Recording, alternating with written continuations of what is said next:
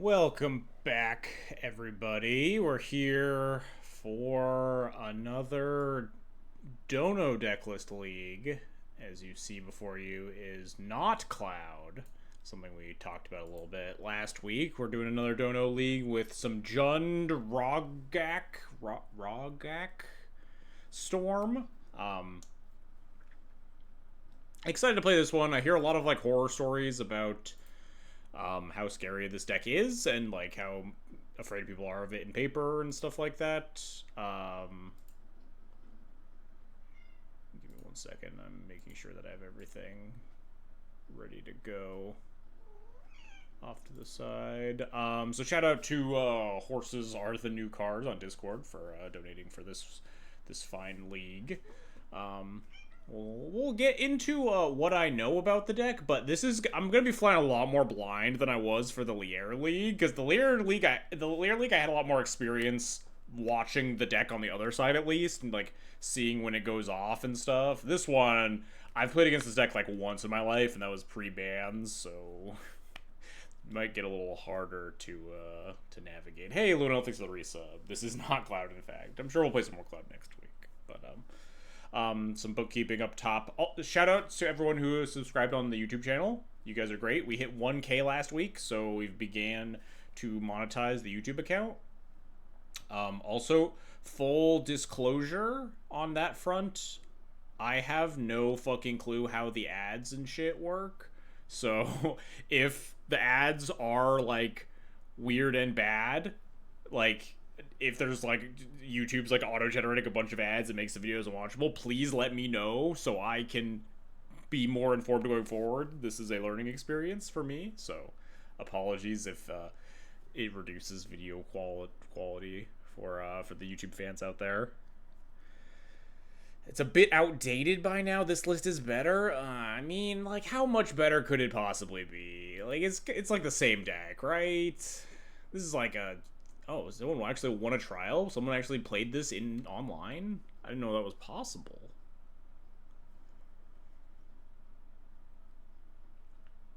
The whatever changes have been made to this deck are not immediately jumping out to me. I see another land, and yeah, it's hard. It's really hard for me to tell the difference.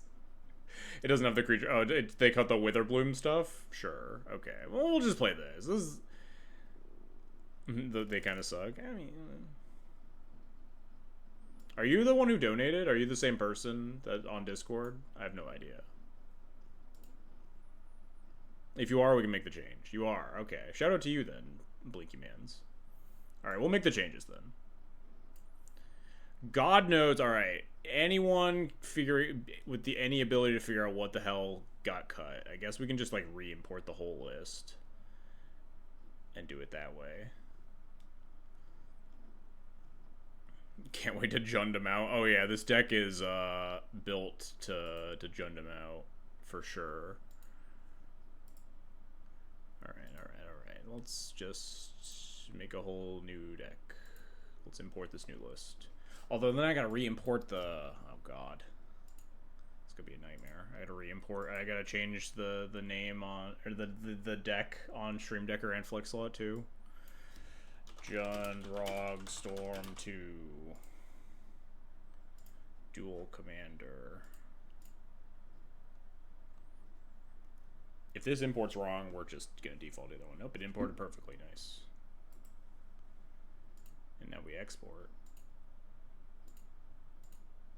It's a Pentad Prism. I see that one. I don't remember. I don't think I saw that one earlier. All right, hang on. Technical difficulties, stand by. And but I guess by technical difficulties, I just mean we gotta upload the good lists.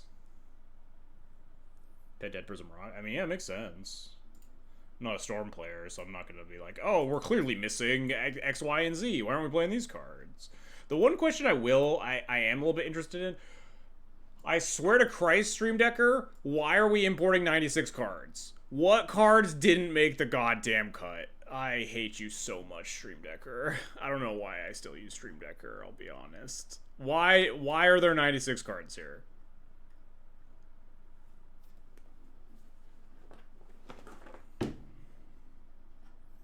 What two cards could you possibly have not imported?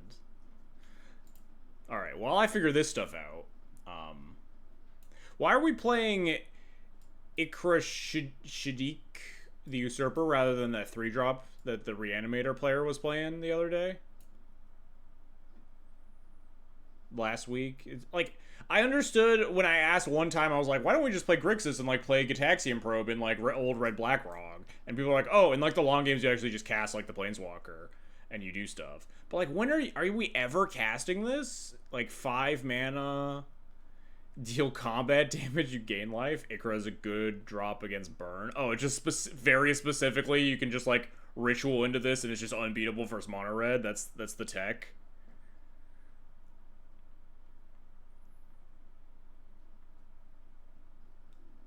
But then why does the Reanimator player play the 3/3 then? Because they don't care about the burn matchup and they'd rather have just like a cheaper like 3/3 roadblock in some of like the more some of the other creature oriented matchup. It feels like there's so much. I can't tell if there's so much or so little thought put into like partner choice for the decks like this sometimes.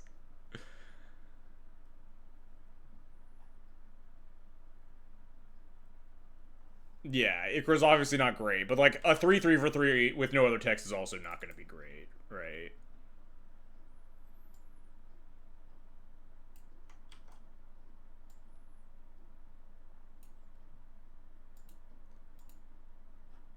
Alright, cancel this deck list. Can I just import from from paste? Step 1. Drag and drop MTGO file to upload. Wait, hang on. What if we export this as a deck instead? We'll get this. We'll get this. Don't worry. I swear to God, if this is 96 cards again, I'm gonna cry. 98 cards. We fucking did it. Okay, and set as current. We did it. We're doing it, chat. And now we go into flex slot. And we delete the old one. Flex slot is undergoing scheduled maintenance. No, I just imported the other deck like 5 minutes ago. Alright. Well, flex slot, you guys have a slightly outdated list. I'm sorry. Anyone that's out there that's like, I really want to copy this list from XJ Cloud's flex slot, you will be sorely disappointed by the Witherbloom combo still being in the deck. But also you can just like go to this right here. This list is literally right here. You can find it on the October 29th Duel Commander MTGO trial if you really, really desperately want the list that we are about to play. But Flex Slot is apparently undergoing maintenance right as I started my stream. Anyway. No way to fix this before it's uploaded to YouTube. Yeah, maybe I'll upload it.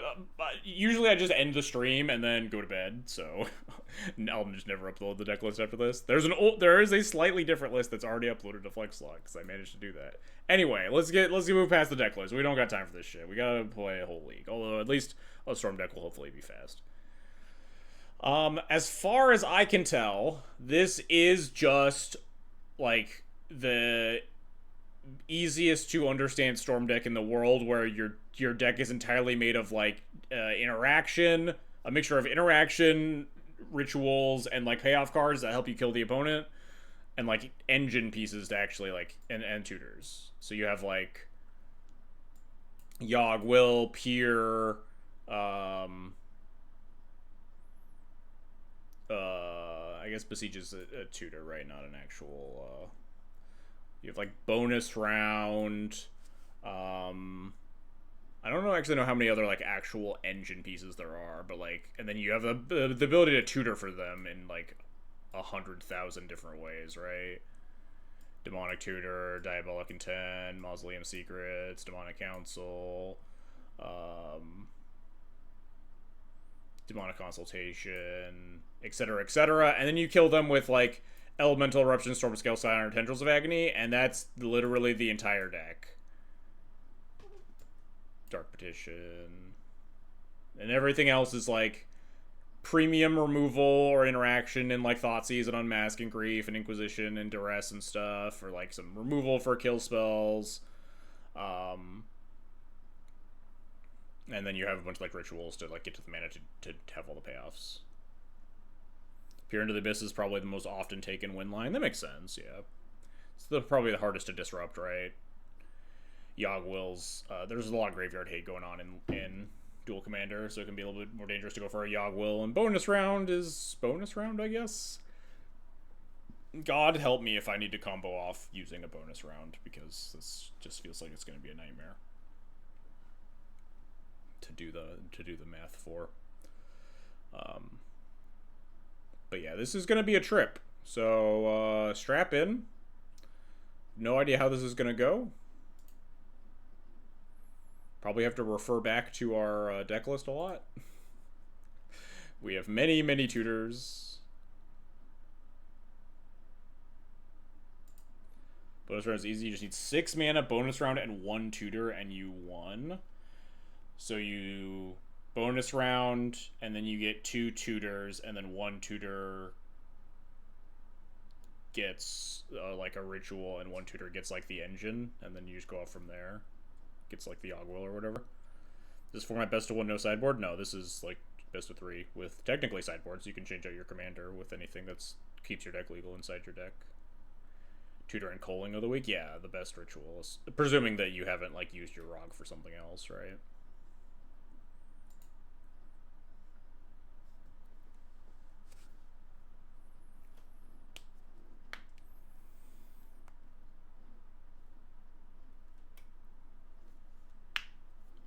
Hey, kitty, get out from there.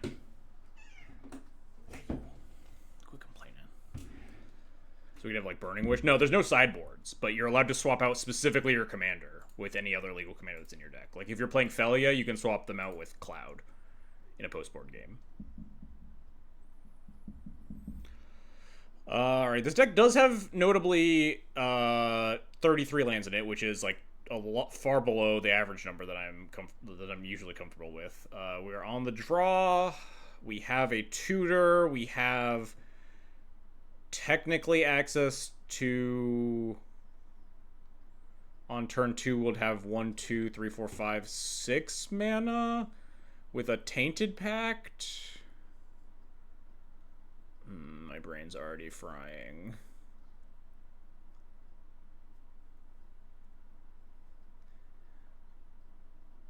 I think this is a turn 2 kill if you Tainted Pact and don't miss the Tendril, and you don't exile the Tendrils before you hit like Beseech or Yogg Will.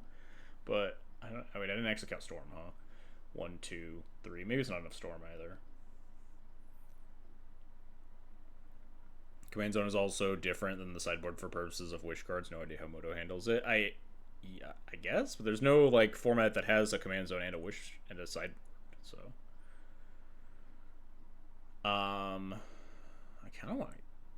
Am I insane for wanting to keep like Culling the Week does seem like one of the best cards in the deck. Tainted Pact is unfortunately probably one of the hardest cards for someone who's never played this deck to cast. It would be 1, 2, 3, 4.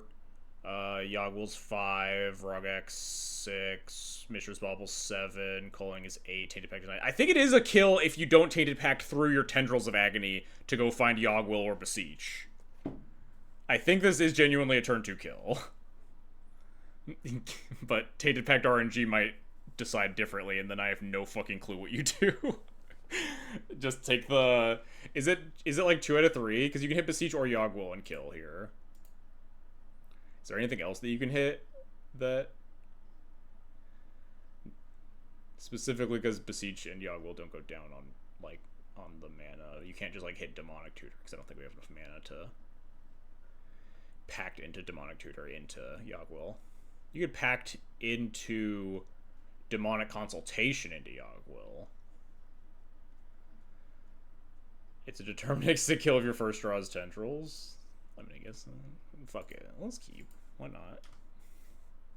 We also just, like, have some draw steps at hitting more lands if it's, like, not a kill or something. I didn't even look at my opponent's commander, huh? I maybe should have assessed that. My opponent's playing, like, blue-white counterspells and shit. I maybe shouldn't keep, like, a super all in hand versus that. Perhaps. Does your hand make black mana somehow? Yeah, the Geothermal Crevice makes black mana when I sack it.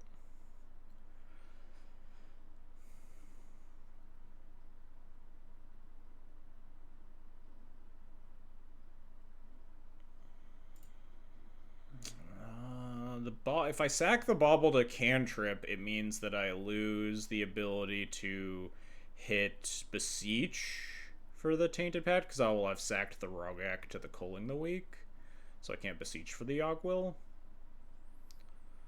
I think we don't need to... We're also playing as blue-white, so I don't think we want to, like, go off immediately anyway. Although we maybe want to hit, like, permanent black source to just cast the Tainted Pact. Can't use Rog for Bargain anyway. I have no idea what Bargain is, to be honest. Is Bargain token, enchantment, or artifact? I just know Bauble works. Ooh, Pyroblast is a good way. Fuck, does this mean we go for it? Because we have turn 2 protected. Oh no. Alright, hang on. Let's math this again. This sacks for 2. Culling the Weak goes from 2 down to 1 up to 5. Simian Spirit Guide goes to 6. We will have green, red, black, black, black, black. Pay Tainted Pact using, like, red, or using black, green. I will have black, black, black, red. Mountain still up. And that just kills as long as we don't hit the tendrils. I'm just gonna fire away. Alright. I'm not here for a long time. I'm here for a good time.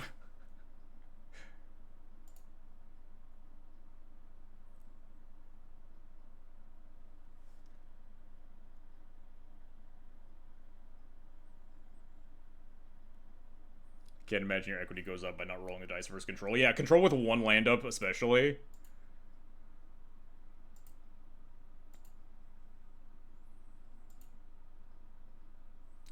Do not put back in the command zone, because we want to recast him off of the Yogg-Will.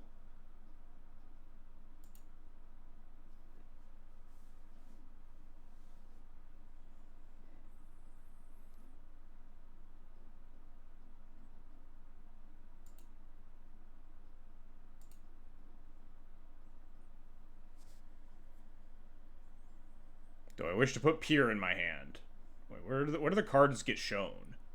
Do they not actually get shown until I exile them? Does it just tell me the top card? Shouldn't it exile the card? Whatever. I don't wish to put Pier in my hand because I absolutely can't cast it.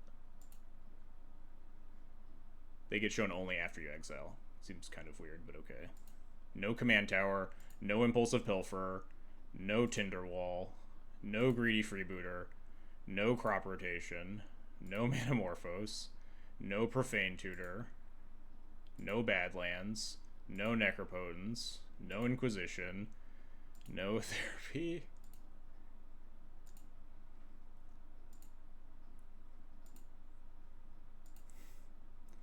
Elemental Eruption, no. Final Fortune, no. I don't even know what Squandered Resources does. I maybe should have checked.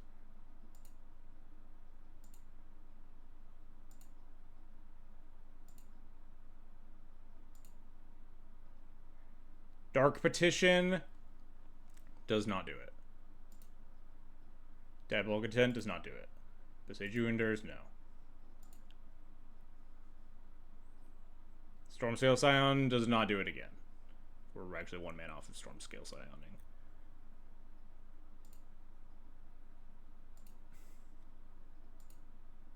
Yawgmoth's Will. Yes.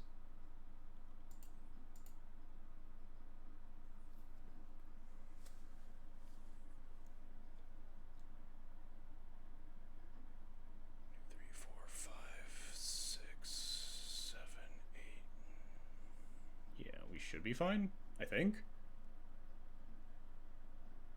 Wait, are we off? No, I don't think we're off. But I sack this. 4. We have 1 floating here, so Yawgmoth will using the Spirit Guide. Oh wait, hang on. I think we're... No, we are off, aren't we? Did I fuck up?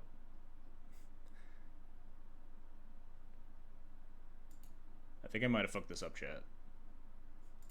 I think I might have gotten us killed, huh?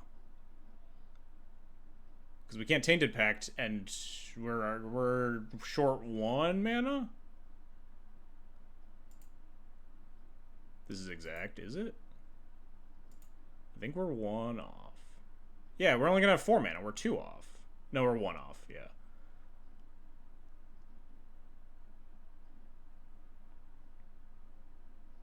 Because we only have the Culling the Week, right?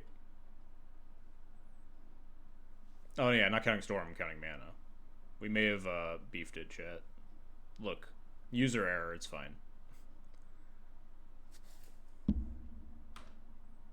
This was in fact never a turn 2. Yeah, we didn't do the math of casting the Tainted Pact again to go find the tendrils.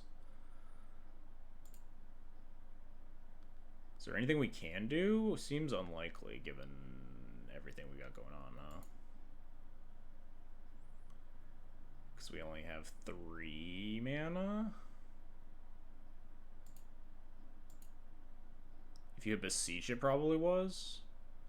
Yeah, I think you're right. I think we had to keep going. Oh, no, because we had to hit Beseech before Yogg-Will or Tendrils. If that's the case.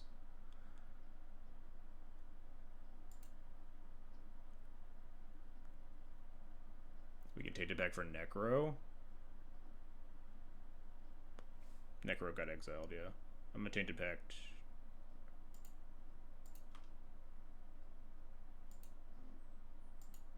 Now we can't take it back for anything because we got Mana Tithed. Yeah, I think we're just dead. I think we may have beefed that one, chat.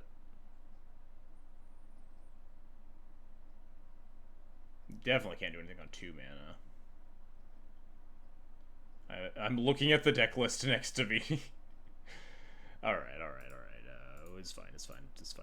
For learning experience, I didn't claim that I was going to play this the best. We learned that we gotta count the post-combo mana, not the pre-combo mana. Or, like, the post-engine mana. Forgot to factor that part in. Because a bunch of our mana came from things we couldn't reuse on the Yogg-Will. The tapped land and the Simian Spirit Guide don't get to, like, double dip on the mana acceleration from the Yogg-Will. Something we absolutely did not factor in. But also, I think I probably just put a mulligan that hand when my opponent revealed a blue-white commander. That hand was, like, pretty weak to interaction. It's fine. Everything's fine. Sands a lot of red mana. Unfortunately, Peer Through the Abyss into the Abyss costs a lot of black mana.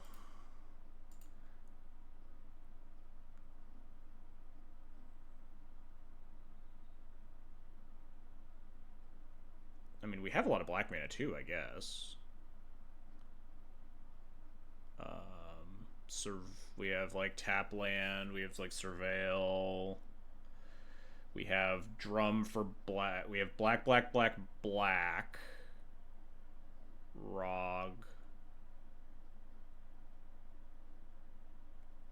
Huh. You think this hand looks good? Alright, we'll keep it.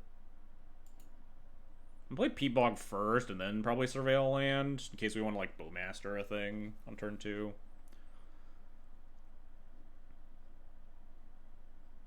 I know how the High Tide one went. The High Tide one went great. This one's going less good because I have a lot less deck experience. I guess maybe we could play the Drum out at some point too, but I think I want the Surveil land. Against like a control deck, you kind of want to take your time, but like this isn't necessarily control, right? This is going to be probably some tempo stuff where a lot of their creatures are going to have flash, so it's going to be hard to like find a window where their shields are like more down. They're just going to like cast any threats on my end step. No, my bowman. Oh, never mind. Thought they were going to like cast a cantrip. That's fine. Okay, that's nice. And fish for... I think I just wanna... Flare of Duplication is nice to protect Peer against counterspell. Oh, that's also true. Yeah, if we can get to Peer without using the Flare. So yeah, I think we're just gonna bide our time here. With Dreadfugue plus the Flare of Duplication, we could have like a double protection turn, so we can like just fetch Surveil, cast the Springleaf Drum, and then try to Dreadfuge Piran in the same turn. But that costs black. That costs quad black, and we need quad black plus the ability to cast Seething Song. I kind of want to Bowmaster this, but it's just a giver of runes. I don't think I actually care.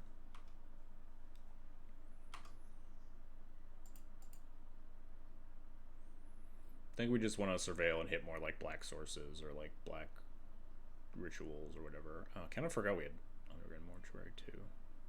We definitely just want Raucous Theater with our... This hand deck has like 6 green cards, I think. This card does not seem like it.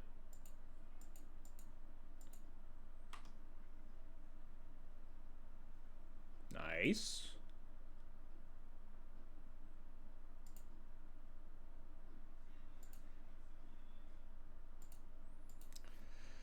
I don't think I want to Dreadfuge this turn. I think I want to cast it on the combo turn. Can I?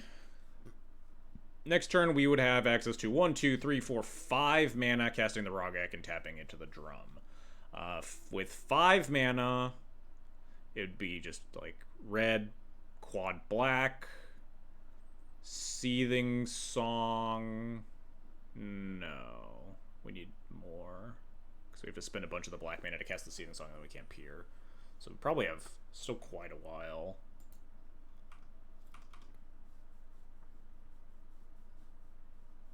At what point do we just jam Ikra? Don't know when that happens, but...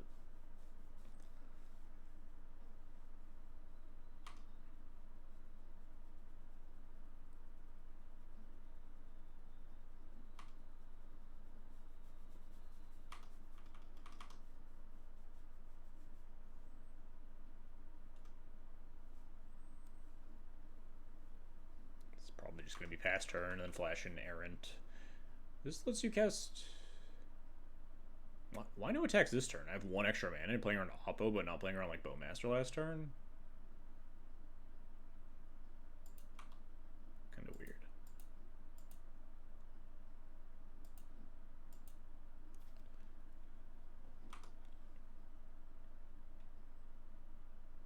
Nice, more mana.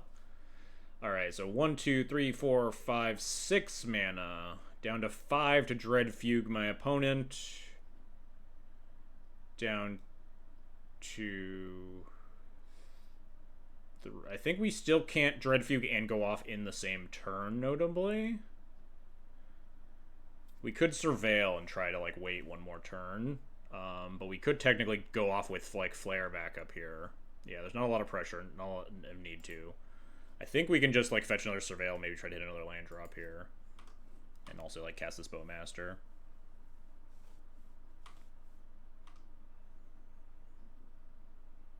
This is probably just Errant and Giada here.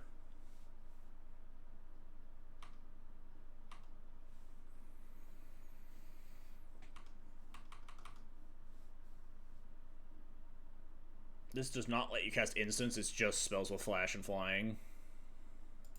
So it's not like you get to like hide a counter spell on the top of your deck here. Unless it's like Spell Queller or something. I don't want to summon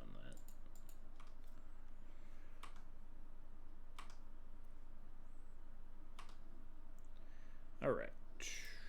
We will Bowmaster my opponent. I could target them with the Bowmaster. How do we feel about that? It'd be really funny.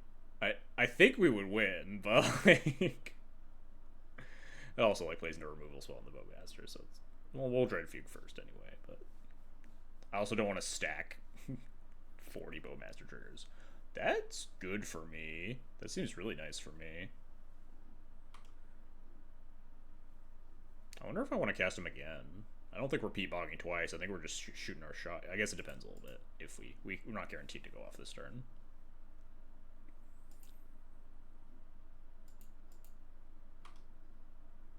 Oh, this is a tap land. I like trying to shoot my shot this turn versus only 2 mana. 1, 2, 3, 4, 5, 6. Dreadfuge, Rograkh. No, we can't Dread Fugue and try to go off here. We would have to just Rograkh. Seething Song. Pier. Can this deck go off from, like, no land drop? Pier, like, totally tapped out?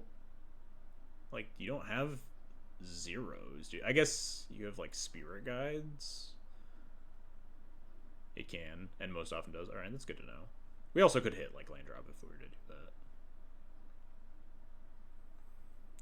6 cards in hand, huh? Pier 2 guys made him over into Ritual. Alright, I mean, this makes sense. So 1, 2, 3, 4, 5, 6, 7, 8 mana. But not quad black. So we can peer through Mana Tithe, but we can't Dread Fugue first. We could always just draw the land, or like draw the untapped land if we mill this. I just don't know if I want to just go for it here or not.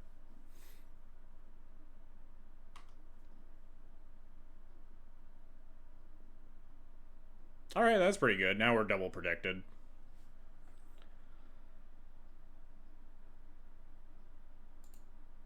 Right? Seething Song, black, black, black, yeah. Love an extra red.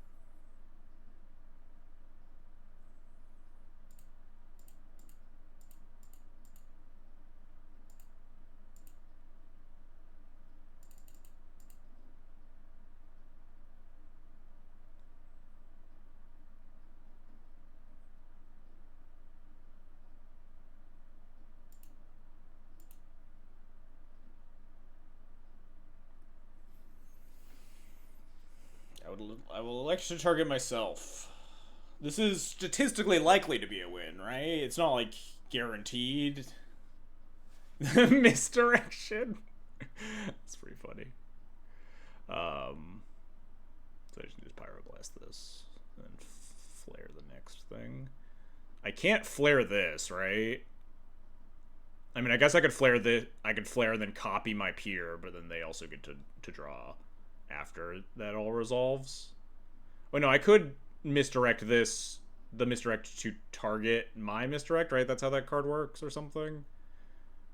I'm just wondering if I want, I guess it doesn't really matter. I'm dead to like triple interaction anyway.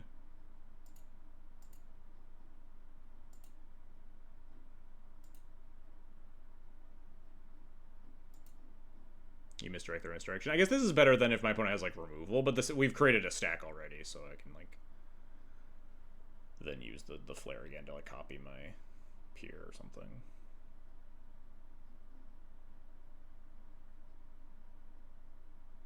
This seems completely fine. I think you're allowed to draw one card, opponents.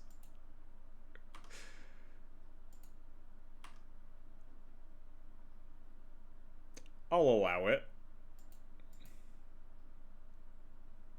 Do I want to draw like 2/3 of my deck? I was about to say, do we want a second peer for value?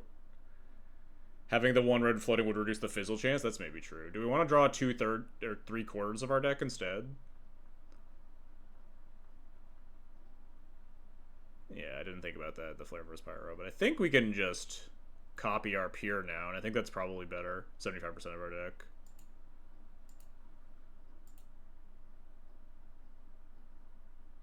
You draw one, we draw a nominal amount. Am I supposed to leave him in the graveyard? I think so, right? Just for like Yogg Will purposes or whatever.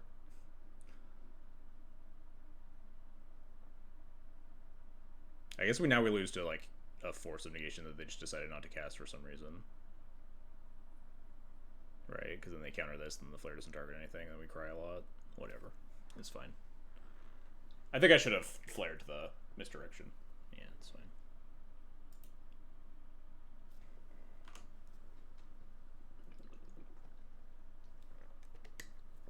Alright, Chad, is there any way to sift through a 60-card hand in any sort of reasonable, convenient way?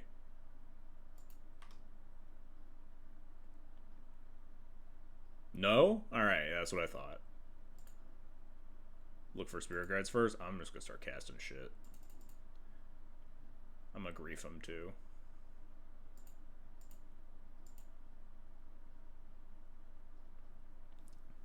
Look for Lake of the Dead as the land drop. Makes sense. You got anything in there? Nothing. I'm not even gonna read that card. I should leave this actually in play because I might want to culling it, right?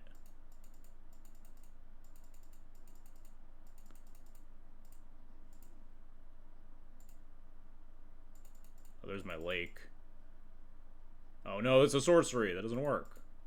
Oh wait, no. Where? Fuck.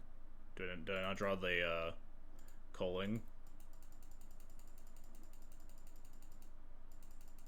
I'm so mad. I hate this deck so much. I think we're fine. I think we just can tutor tendrils and kill them though. We don't have black for culling, right? No, we do. We have the Manamorphose.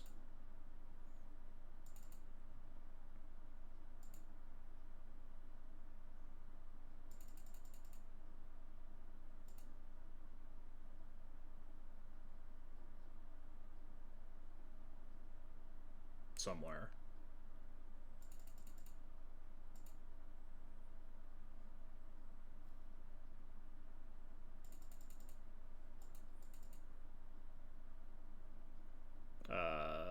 Yeah, whatever. We just let this thing fucking die, and then we Lake of the Dead and have a shit zillion mana.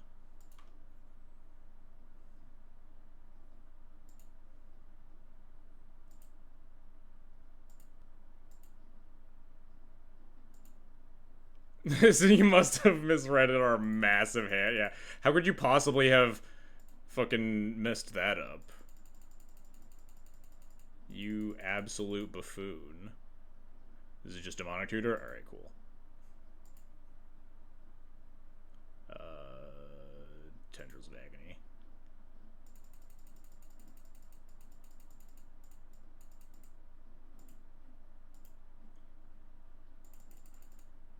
Got him.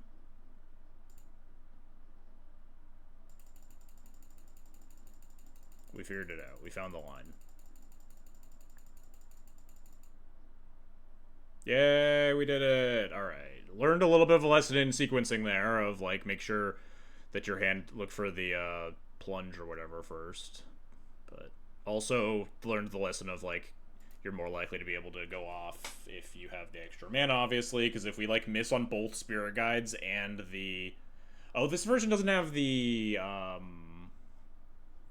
Summoner's Pact, which I guess makes sense if you're not on the backup plan of the guy. The stupid creature combo. The Chain of Smog guy. Witherbloom Apprentice, there we go. But it is literally, like, if you go off with 0 mana and you miss on both Simian and Elvish Spirit Guide, I think you do just die. I don't think there's any other free mana in here. Do you have to hit them both if you're going off on 0 mana? I guess no, you can hit, like, Simian Spirit Guide into Rite of Flame, into, like, Infernal Plunging a thing. Or the Manamorphose. Or you'd hit, like, Elvish Spirit Guide, Tinderwall. Okay, so there are, like, several ways to get from 1 to 2. You can hit the Crop Rotation and Crop Rotate for Lake of the Dead. We also did have Land Drop there. Yeah, I'm just trying to think ahead to future turns where we're going off with a Pure. Oh, you also have Strike It Rage as a sorcery to filter red into, like, black for a Culling the Weak combo turn. How well does this deck kill without peering? I'm told that peer is is often the path to comboing, but we also do have Yawgmoth's Will, which is, you know, a very good card.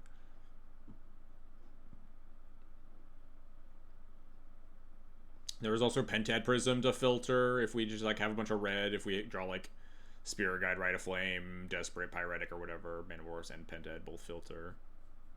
We have 100% kill rate with Beer and a 0% kill rate with Yogwell.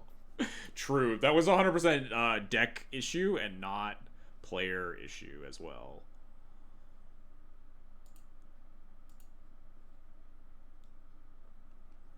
Alright. Some rough mana here. Veil Summer's pretty good. This wants Delirium, which seems kind of tough with this hand. Jessica's this has some stuff to get there, but it definitely needs a little bit of help. Bowmaster, my own Bowmaster to get creature, land, instant, sorcery. I don't think Jessica's looks useless. I mean, I think a lot of cards look useless. I think that the mana is kind of an issue here more than anything. I think we can just mulligan.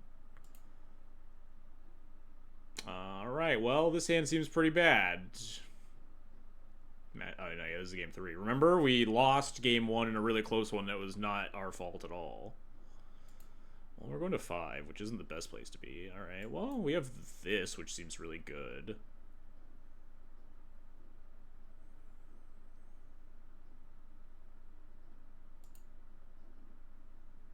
I think we just bottom the Tendrils and the Ent, and then question mark, Jessica's Will, Dark Petition, find another sorcery for Dark Petition.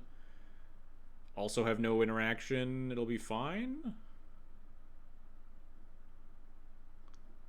Bottom Tendrils and land. Oh, I guess putting Ent is just kind of better than a land, huh? Because it like puts the stuff in the graveyard for the Delirium cards. But I also want to like, so we bought bad lands, but then we can't ent for red source, right?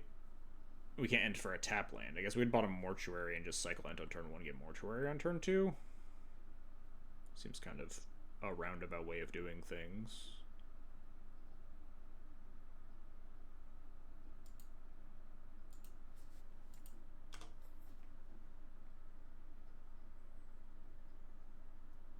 We have plenty of time, at least. 10 minutes is plenty of time to either lose or execute our combo, despite our many, many fumblings.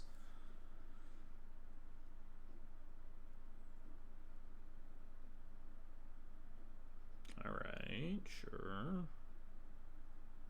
Is Lake a replacement? Yes. You can't just use it as with one swamp to like ritual it out. Like to make 5 mana or whatever.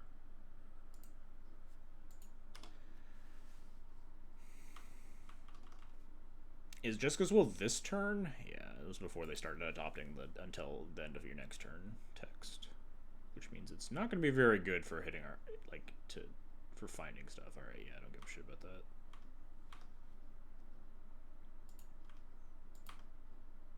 You can with Urborg. Yeah. Not quite, but I see your reasoning. Battle Mom? Yeah, I can understand Battle Mom in this matchup, certainly. I guess we could have gotten the Commercial District. I actually didn't know we had. Although we wanted Swamps for the Lake of the Dead. We didn't know we were drawing Urborg.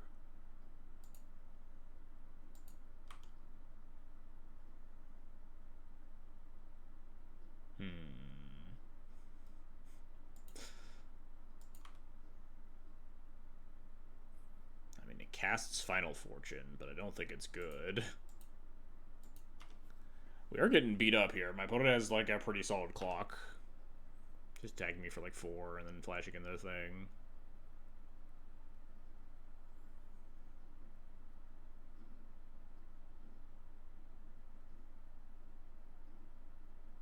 Alright, that's a card.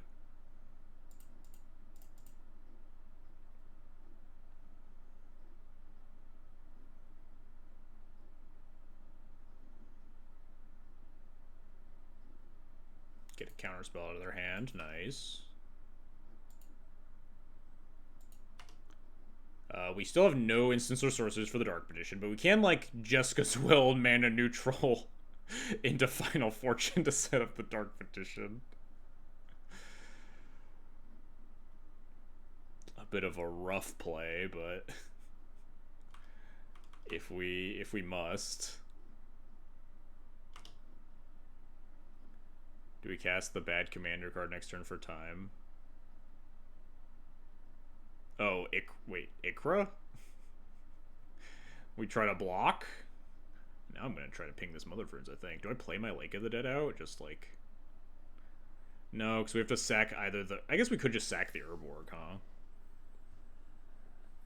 I guess there's no reason to necessarily play it out. Although if we're taking an extra turn, we could have another land drop, potentially.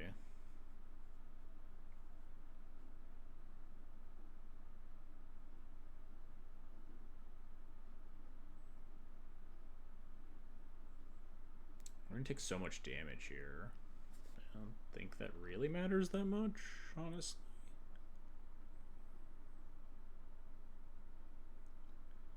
Just not sure if I'm supposed to play this Lake of the Dead or not. I think I can just play it next turn when I Final Fortune. I don't even know if this Dark Vision is like gonna set up a kill. I haven't really like math. We have like almost nothing to do with it. We can Final Fortune. Yawgmoth's will Final Fortune. Like the Dead is good to play now. Just sack the Urborg. We already have other swamps, and we want green and red mana, I suppose.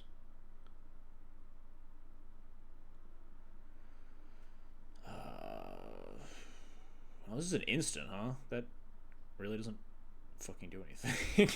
Why? Why is this an instant?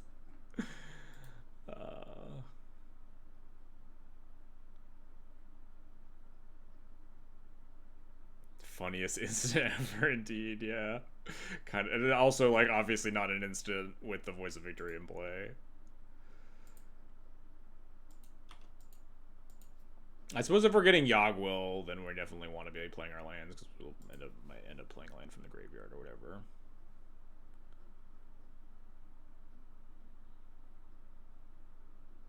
Although, yeah, no, this is all above board, I think. I think we're just gonna fucking die, but...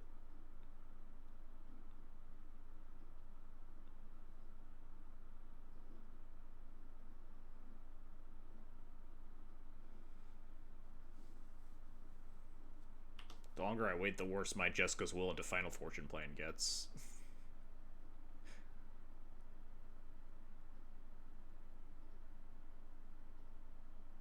1, 2, 3, 4, 5.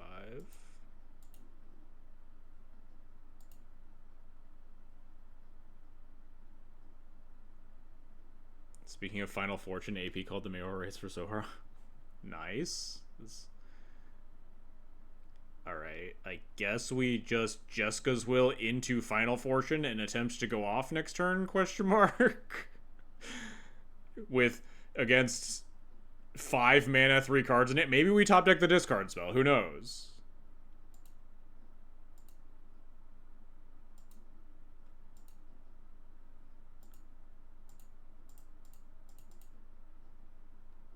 You just gotta believe in us.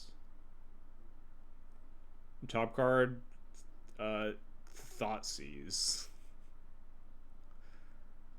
You just always let this resolve, right? There's just no reason to ever counter it.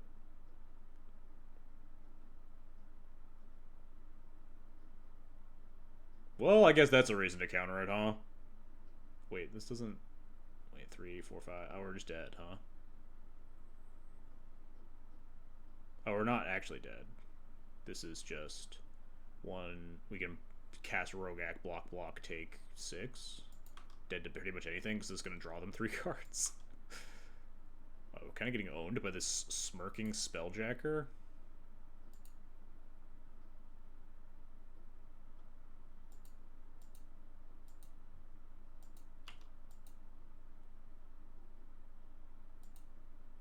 Oh, cast commander, choose both modes. Yeah, I didn't think about that. Oh, that makes this card better. We could have hit land drop or something. I genuinely forgot that was text on this card. I've played way too much Legacy to ever realize that this was actually like a choose both if you control your commander sort of card. Ended up not mattering at all, but yes. That makes a lot more sense. Okay, yeah, we're dead. Right. 1, 2, 3, 4, 5. Yeah, very cool. Well, we tried our best. Mold of 5. Happens. I think we maybe should have just done, like, the Final Fortune play the previous turn. Potentially that Bowmaster baited me into, like, deck cast into doing something that, like, really didn't end up mattering at all. Yeah, I mean, like, it was an attempt to give me an extra draw step. Trying to find, like, something.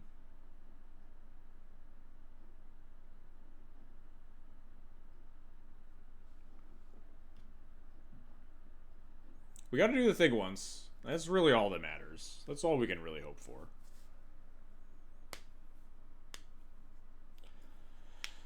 I have to imagine that, like, the hardest matchup to navigate for this deck is just a deck filled with a bunch of, like, flash stuff. Does that commander have any passable matchups aside from combo? I don't think I've ever lost to it. I've never seen it before, but I can't imagine that it's, like... I think, like, all instant speed tempo deck is gonna be really good against combo and, like, not good against a lot else. Just kind of not a lot of good quality card advantage cards. Too many creatures to, like, effectively navigate the, like, to effectively turn off a bunch of the removal spell from the removal spell decks. I have to imagine that I'd be pretty comfortable playing against it with, like, Cloud or Failure or whatever. Speaking of, Failure getting a bunch of new toys, like he does every set, but, like, I think maybe after Avatar comes out, we maybe finally play a Failure League, huh? I genuinely think the deck is still just worse than Cloud, but it has so many, like, interesting toys that I, like, it'd be nice to just, like, go back and play it. It's definitely more fun. It's a good time. I'm excited to potentially brew with, like, Luris if that rules change ever gets into effect. It's sounding more and more... Word on the street, I suppose, is that it's sounding more and more like a when and not an if situation with the hybrid rule, but... This is just mono black aggro?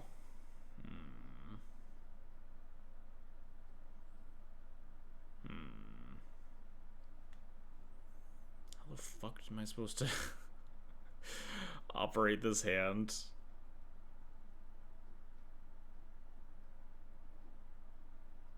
I think I keep. Maybe do I bottom the Necro out of fear of, like, out of respect of the mono black aggressive deck where my Necro is probably not going to do a lot, or...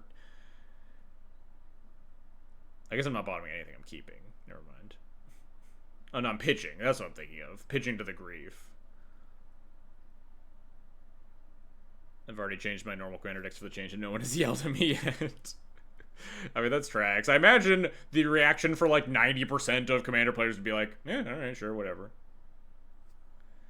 Evasive things in every Mesmeric Fiend. Yeah, and then just, like, cheap black removal and interaction. I guess we'll keep this and let my opponent, like, discard me first before we make other decisions. Vista probably for, like, Fatal Push, maybe Bloodghast or something. A couple of, like, landfall triggers. Maybe that that one Bloom Burrow card that, like, pings you for land drops. Maybe some of those things I'm not remembering.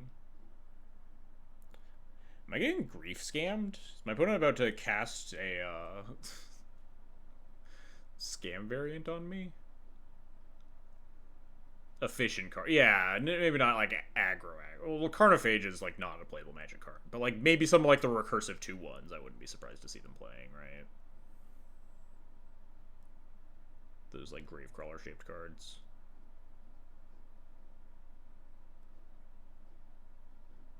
Maybe I'm just not supposed to grief them. Alright, not getting grief scammed. Good to know.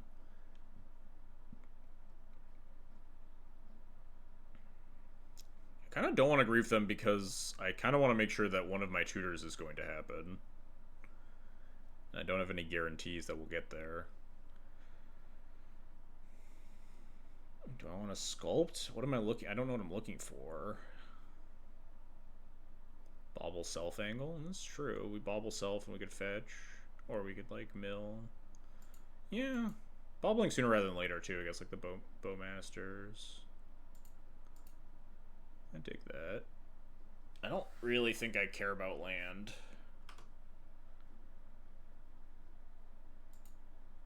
Which means we just fetch red black here, I guess. We just have way more red in the deck. Therapy does not seem very good here. It's also just kind of free in my graveyard, although there's not a lot you want to really care about naming versus the black deck anyway.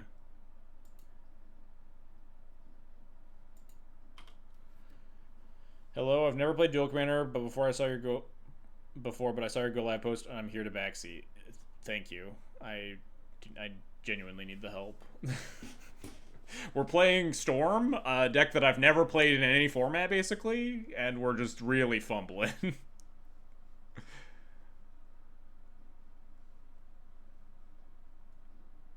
Dothy.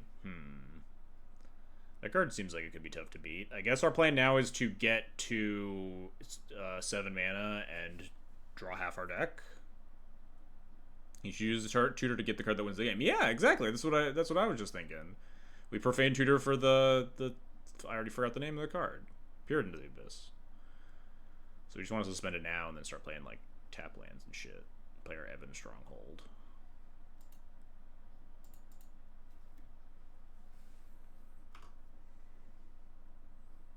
It's not even a basic forest in the deck. Wow. This is Prismatic Vista only fetches 2 cards in the whole deck. I mean, I guess.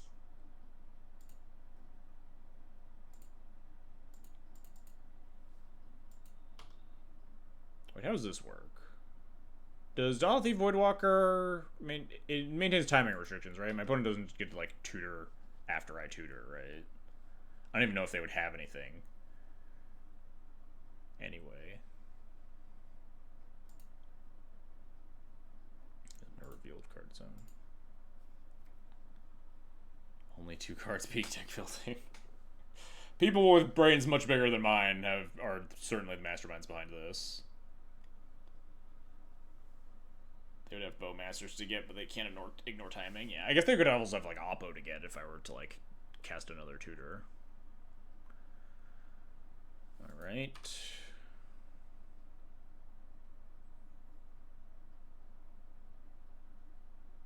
I think if we Tainted Pact for on end step for culling or peer, we can then cast the other one. Because we'll have 1, 2, 3, 4. Culling is 5, 6, 7 mana. And we'll be able to do that with land drop still.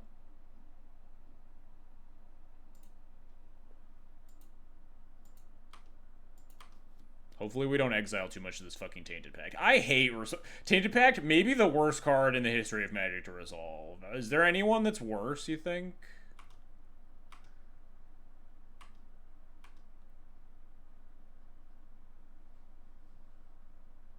Limdol's Vault may be worse.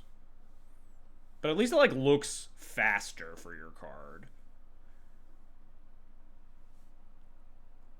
Warp Worlds? Yeah. I mean, I guess that is fair. Pact looks worse on Mono. Pact is pretty awful. I guess in paper you just kind of start flipping the cards and you just stop when you want the cards. A little bit cleaner.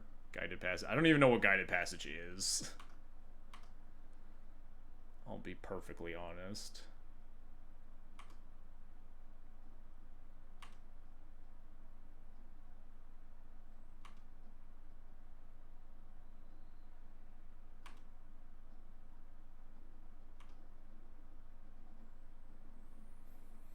My opponent casts a discard spell, which they're pretty likely to draw. Then what the fuck do we do?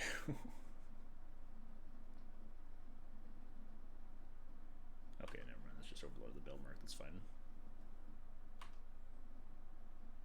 Oh no, they get back Grief. That's not fine. Shit.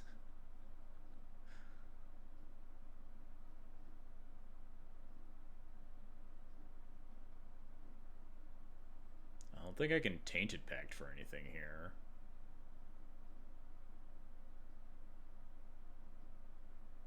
Maybe they don't have another black card after, like, drawing 4 or whatever.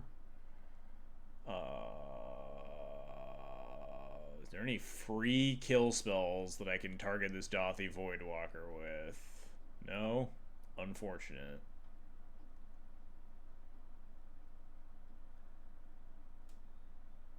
Charizard, that doesn't count. That's cheating.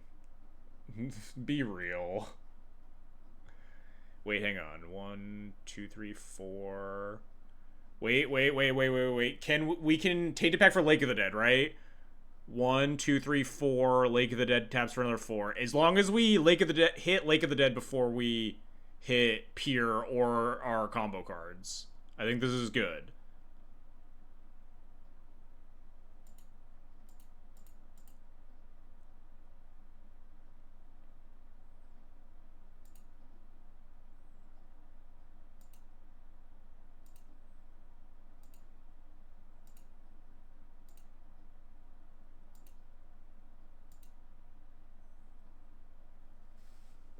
Contagion. My list is available if you if you would like to look at it. I don't think those cards are in my deck. You can look at the stream decker. Stormscale Scion. We have the other Stormscale Scions, and also ideally we're just tendrils-ing them. So we just keep going.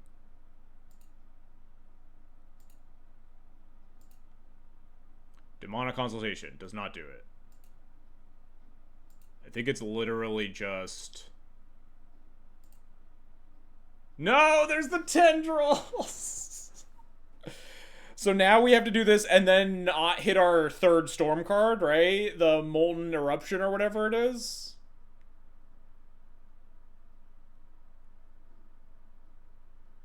Maybe they'll just scoot to the pier after we're like exiling our tendrils and they have an unblockable creature. It's fine. And we'll be at like 4 life. We'll need to also like kill this Dothy or whatever. It's fine.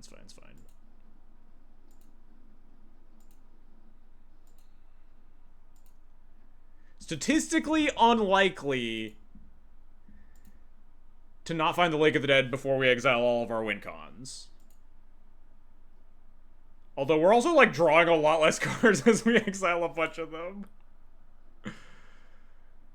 I guess we also can't exile the pier. So it's a little bit more complicated than that.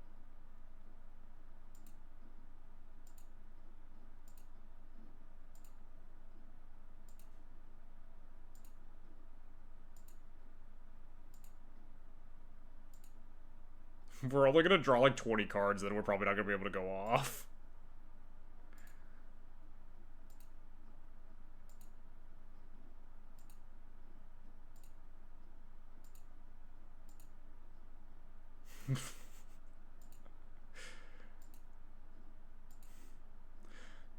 Statistically unlikely. Like, I just don't even think we win at this point.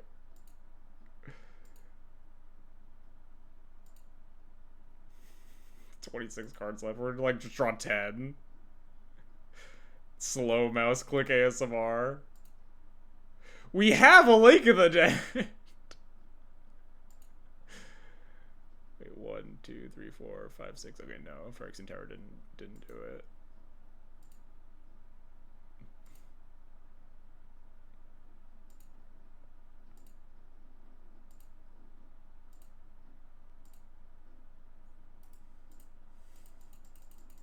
God fucking damn. I want to emphasize that I had a good plan there, and that I was statistically likely to execute it. That I don't think that was user error that time. We can attribute plenty of my decisions and game outcomes to user error this league. I don't think that someone can tell me that I'm wrong. I don't think that was one of them.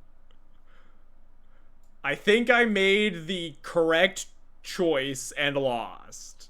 And I'm not coping.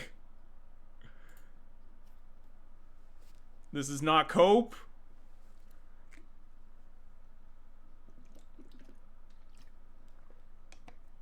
I don't want to hear it. What the fuck does crop rotation do in this deck? I don't even know. This is a multi 6. This has got Pyroblast. This mana... What is this mana base, man? Crop rotation just like finds like lake, I guess, in hands that it matters, because it's like just a big ritual if you have swamps. We don't have swamps, so it's very bad. This hand doesn't cast anything, and it's already multi-6 Pyroblast. Alright, this hand has Skull Clamp and Sylvan Library. It's got some goods. I think we keep this one, and we could potentially even, like, beseech away the Skull Clamp for, like, Yogg-Will if we can hit some, like, rituals or whatever. I think we bottom the... I want to bottom the Consultation because we've already proved in Game 1 that I'm the world's unluckiest Storm player. And, and if I cast Demonic Consultation, I'm 100% to kill myself. But I think Consult is gonna be better if we end up beseeching Yogg-Will, right? Although, I mean, if we have to cast this twice on a Yogg-Will, it's just like double the chances to fucking kill myself. Am I a coward? Is this a coward stream? It feels like it is a coward stream based on how that game 1 went. Bottom the Consult. Alright, Storm player has told me to bottom the Consult, so I'm in for bottoming the Consult. We can play the Skull Clamp turn 1, and if we get Thoughtseize, we can Surveil, and if we don't get Thoughtseize, we can just fetch Bayou and cast Sylvan Library.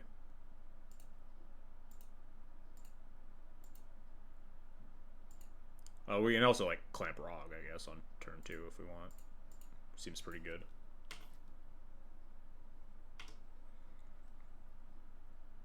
Every deck is just secretly a Skull Clamp deck, huh? This deck's, like, pretty good at utilizing Skull Clamp. It's just, like, cast Divination several times during your game.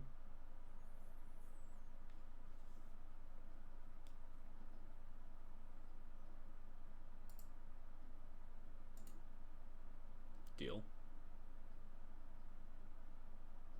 Are you gonna grief me? Unmask me? Rog has to be the second best Skull Clamp commander? Yeah, I'd believe it.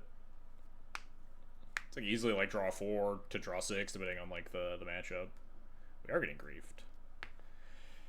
I imagine you take Sylvan here, but I guess I don't. I mean, maybe they have different plans. They have like Bowmaster or something. They just want to take Beseech or something. Nope. Alright, seems like we're gonna draw 2. I think he is going back to Command Zone. We do have the Traverse the Evenwald, notably, that we want to turn on at some point. We have Enchantment, we'll have Land. But I think we're likely to just get a 2-mana Skull Clamp Rog at some point before we Traverse anyway.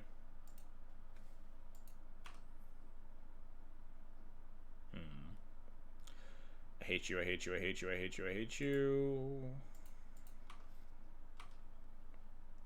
We also might just Traverse for a fucking basic land, huh? If we don't find one. It'd be nice to find a 3rd land, though, so we could, like, just run back the Rog play.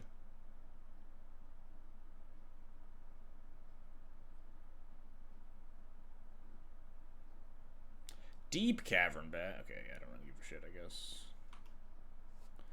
Please take my Tainted Pact opponent. I would really appreciate it if I didn't have to cast this fucking magic card. Imagine you take, what, like, Beseech here, maybe? Maybe Wishclaw? Yes! Thank God!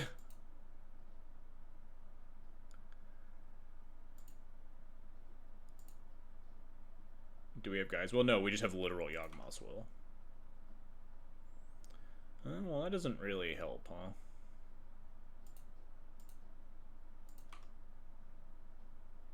That helps. I think we just clamp Rograkh again. And then leave him in the graveyard this time. What does this do when we get Delirium on? This just tutors creatures and lands. Oh, I guess it tutors any land. It's just another Lake of the Dead bot.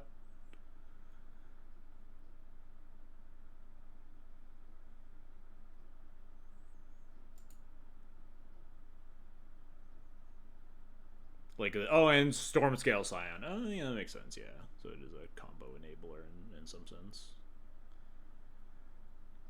Tinderwall and Spirit Guide. Yeah, if you're, like, setting up. Makes some amount of sense. We're just gonna fetch... I guess we already have bad lands, huh? We probably want red... We want a bunch of black sources, because we might go get... I don't really want a shock, though. Maybe we don't need a bunch of red mana, huh? Got an Infernal Plunge in the yard if we end up Yogg's Willing. I think we can just go get Bayou pretty safely here. He says self-jinxingly.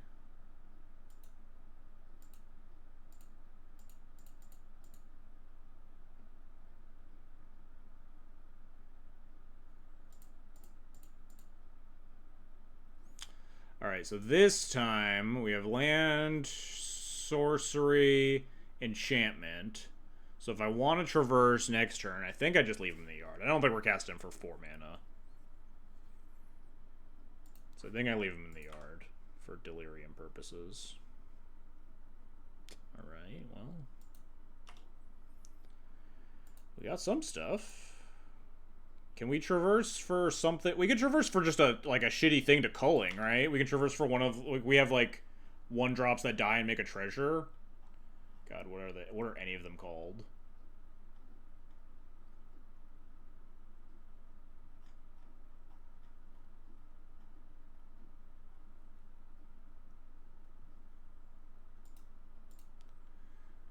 We can traverse for, like, impulsive pilfer and shambling ghast? Yeah. Technically, we could shambling ghast back our tainted pact, but I really don't want to. Oh. Huh, that's a pretty good one, too. Okay, we have to be able to kill this turn, right? My opponent is tapped out, and we have, like, 8 million mana. This has to be a kill. Alright, hang on. Let's figure this out. Can we kill, and can we kill after casting Inquisition are my 2 questions. Alright, so... Lake of the Dead. Float 3... Lake of the Dead, 7 mana here. Traverse down to 6. Guy down to 5. Culling it down to 4. Up to 8. Plus treasure token is 9. 9 mana.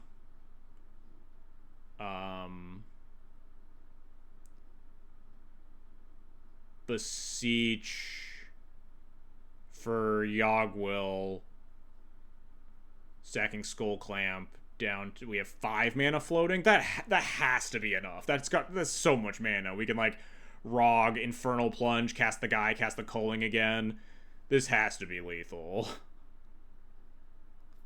Only cowards think all the way through. That's how we lost game 1, match 1! By not thinking it all the way through.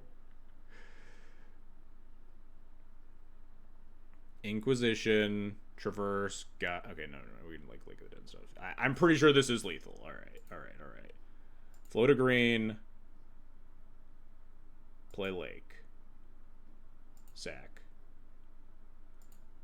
Float a black, I guess.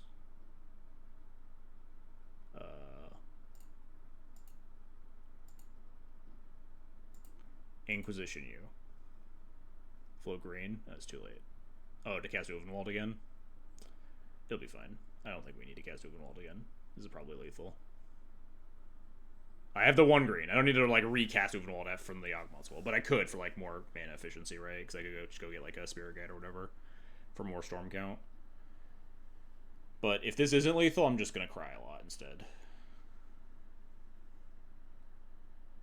This is, like, super ultra lethal, though. They have, like, Fairy Macabre? That would be a bummer. Oh, they're just soul spiking me. That's fine.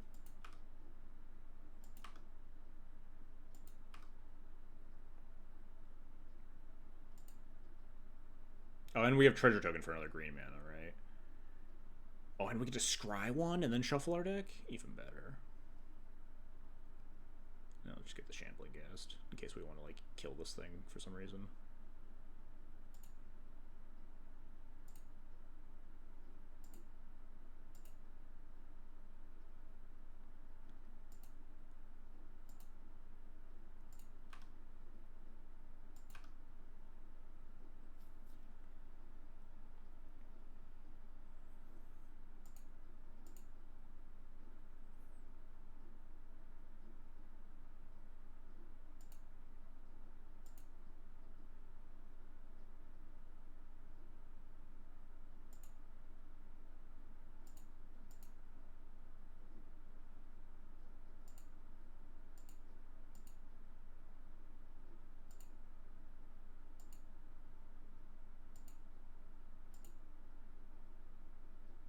Oh, right, I don't get the trigger again. That's how that works.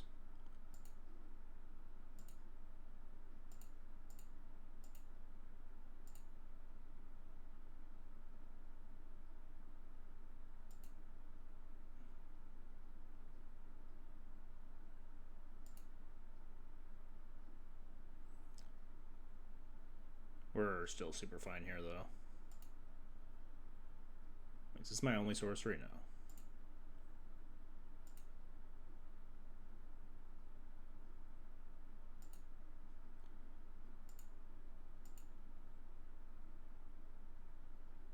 I almost just cast the Besiege. We would have been able to kill anyway. No, actually, we don't have enough black.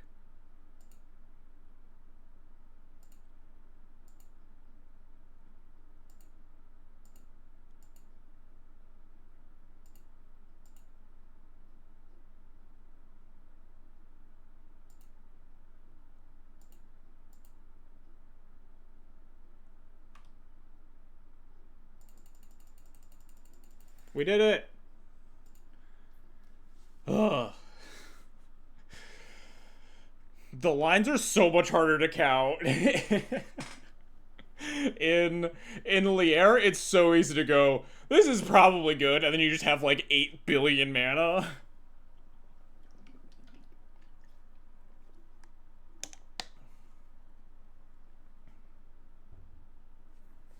Aren't it? Lear, yeah, Lear's really fizzle proof. If your engines are going, they're going. This one, you have to like think through the whole line before you execute it. Eventually, I'm sure like the proficient players will like be able to do that math like really quickly. But obviously, as someone with not a lot of Storm experience, it's like a monumentally higher struggle. Are all of these dies triggers? None of them are like leave the battlefield. Just thinking for like Yawgmoth's will lines. Are there just 3 of them? Greedy Freebooter, Shambling Ghast, Impulsive Pilferer. Seems like they're all. It'd be kind of weird if they had like a leave the battlefield trigger instead of a die trigger anyway, but just food for thought, I suppose. Alright. Deep breaths. Hey, Vinny Finno, how's it going? Is Duel Commander 1v1? Yep. 1v1 Commander with best of 3 with its own ban list and 20 life and a couple other rules different from normal Commander.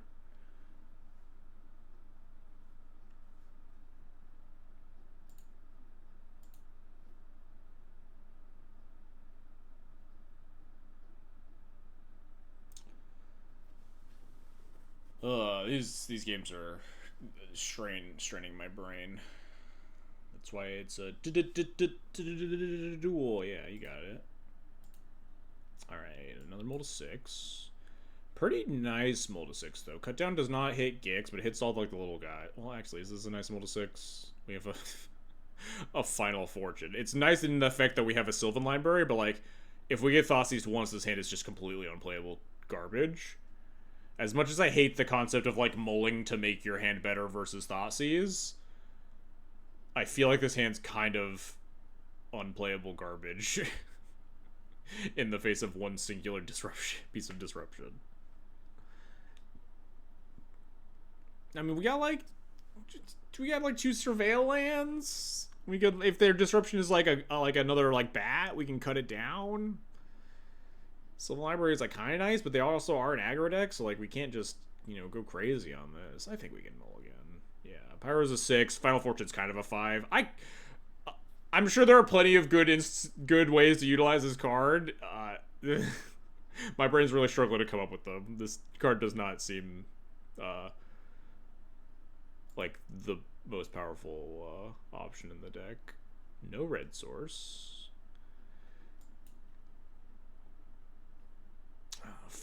Demonic Constellation. I mean, at least it's not Tainted Pact. Orcish Bowmaster is kind of nice against like the 1/1s. We could just keep this bottom Jessica's Will, but like probably need the red to find a red source anyway, and like we can just bottom like the Unmask or the Therapy. If I wonder if Final Fortunes bleed over from CDH where the card is apparently good. I'm sure like real Storm players could tell me all the instances where you want access to Final Fortune. I just like It's a hard card to wrap your brain around. Hey, Hooch Bazooka, thanks for the resub. Much appreciated. Hello to you too. Alright, this is definitely a keep. Cabal Therapy is really tough, and I don't think it's even that good. Like, it's obviously, like, it's Thoughtseize when you combine it with Rograkh, right? That's mostly the plan. And occasionally you can snipe cards if you, like, see them get added to hand. It's just a ritual, basically, right? Is it? It's not like a ritual that you can use to produce more mana. It's like if you need to like spend mana to do other things and then cast Final Fortune, done tap all your lands, and then go off afterwards, I guess.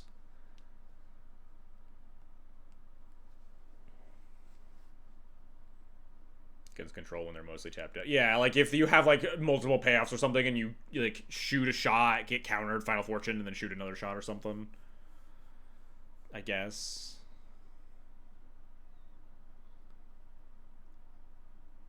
I kind of want to bomb this therapy, but I just don't think this unmask is ever getting cast is the issue.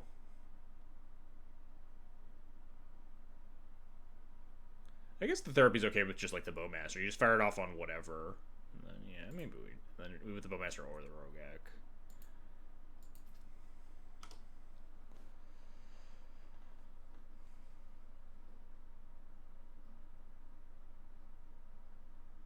Tap land. What do we shoot our shot, chat? Do we just? I kind of want to cast the therapy just to like curve it into like Bowmaster. I guess you could also just like therapy Rograkh if there's something really scary, right? What's the name? What do we think we name here? Like a 2-drop? What's like a really good 2 that we'd be afraid of? Just like Mesmeric Fiend, Deep Cavern Bat again. Dothy Voidwalker. That one's not bad. Yeah, Dothy Voidwalker is a pretty good one to name. Yeah. Dothy's a strong name here. Dothy Voidwalker.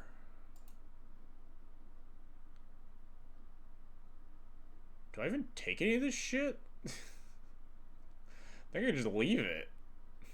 These cards fucking suck.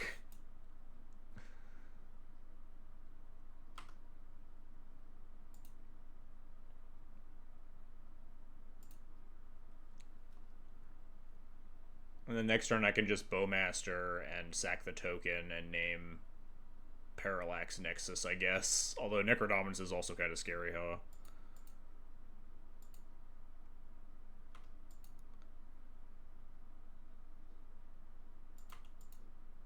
Although I guess we all have Bowmaster in place, so it's not as scary, but obviously they can kill it. Necro greater than Parallax, they have 0 clock, but we also have like a Bowmaster's in play, right? Theoretically. Question is, I don't think I'm supposed to ping their guy for them, right? I think this is just like a shitty attacker with Gix. Although then they like play Gix on turn 3 and attack me, and then I just want to block it, so I might as well ping it. So I keep my Bowmaster around.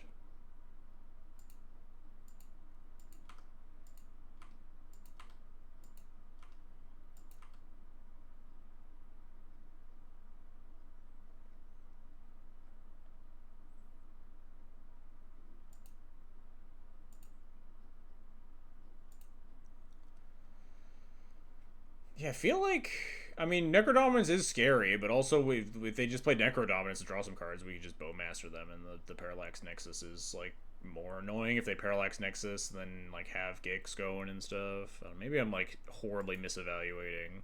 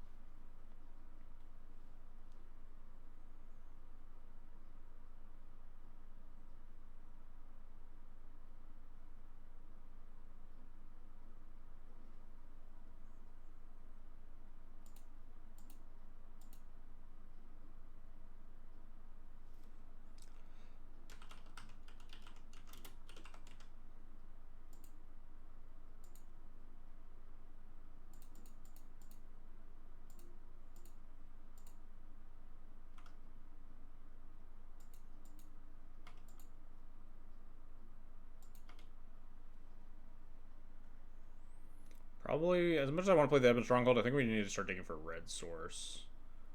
Although it doesn't really make us a lot of mana. Tap land into Necrodome. Tap land into Gix, sure.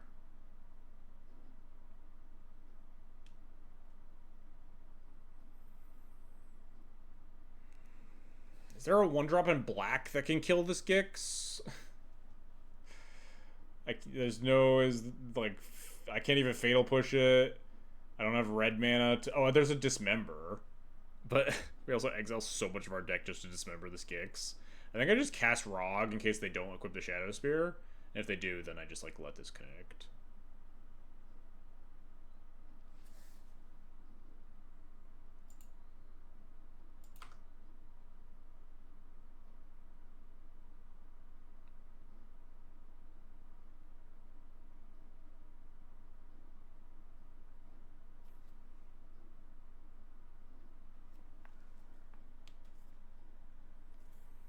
Notably, we will know the bottom card of our library if we ever want to exile our entire library. We can. If the Tendrils is at, like, the very bottom, we know we're safe to, like, Demonic Consultation for the Tendrils or whatever. Oh, no, this isn't bottom, this is Surveils. Never mind, not Scrylands. JK. I didn't ignore I said anything. Am I supposed to okay, here we go. I'm not supposed to consult because we need to keep this on the top of our deck. Does make the Jessica's Will worse if I end up blocking with this Rog, but I don't think I will. I think they're likely to just equip Shadow Spear and attack. But casting the Rog forces that issue a little bit better.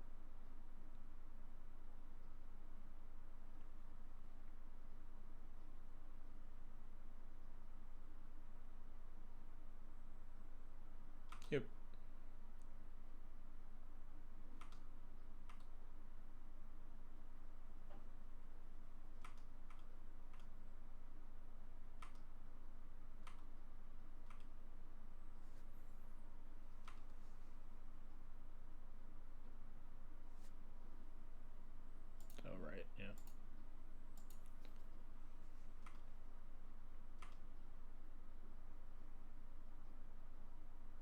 We will have a lot of mana next turn if...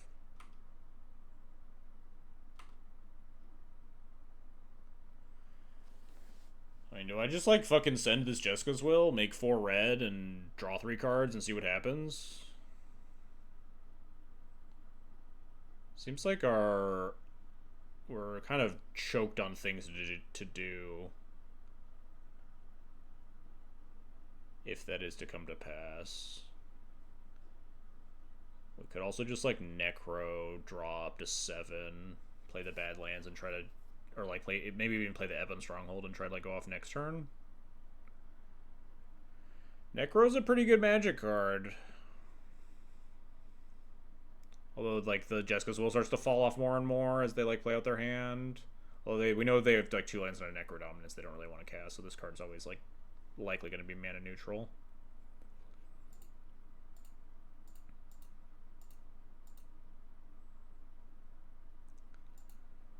Am I supposed to draw just up to 7? Do I just want to, like, dig a little bit deeper?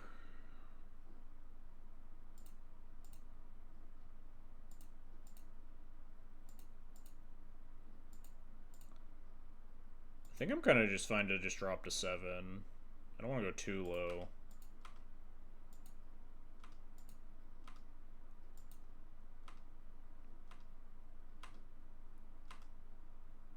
Okay, these cards are all pretty good. We also have, like, red source, not through the Badlands if we want to play City Traders. I'm going to Deadly Dispute for a red source. 5 minutes is plenty of time.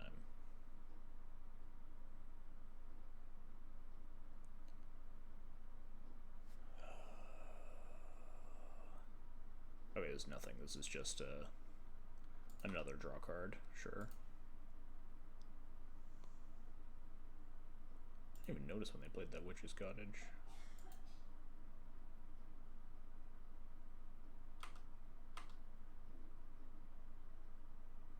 drawing more cards is great for my Jessica's Will.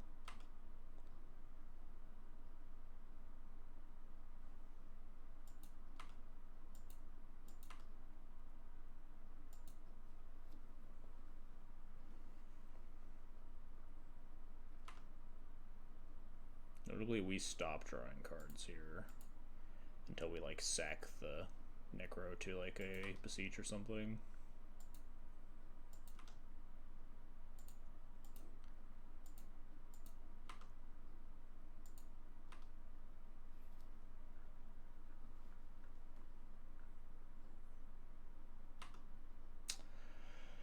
Alright, time to do math.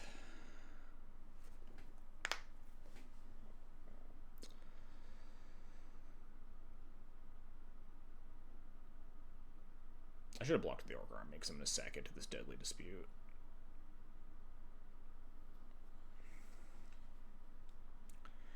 We don't necessarily want to play with the City of Traders if we can find Lake of the Dead, right?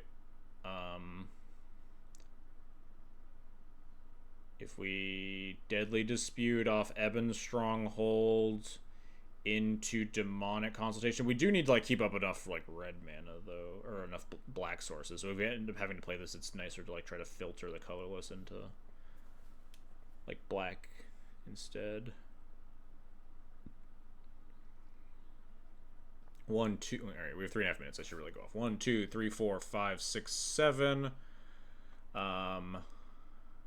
8, 9. I think we technically have enough if my opponent doesn't cast anything in response here. So let's do that first, I guess.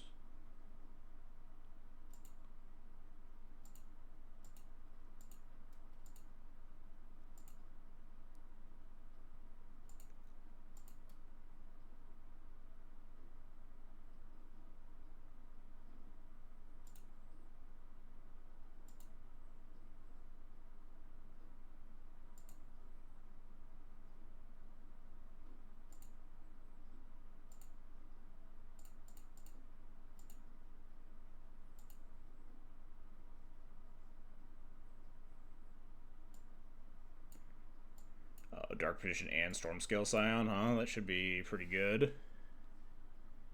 We have 8 mana here. No, we have more. Can I just draw my deck? Go down to 3 life? We have 7. Go down to 2. Up to... No, that's costs way too much. Can I just Yogwill? I think I can, right?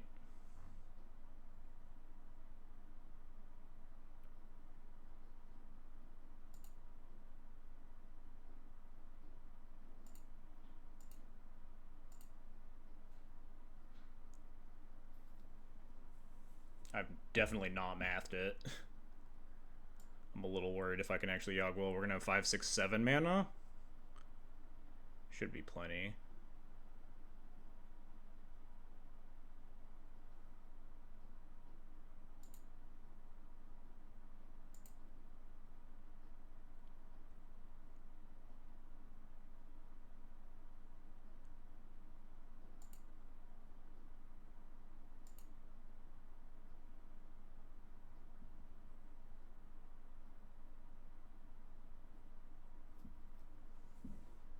I don't know if it's plenty, chat.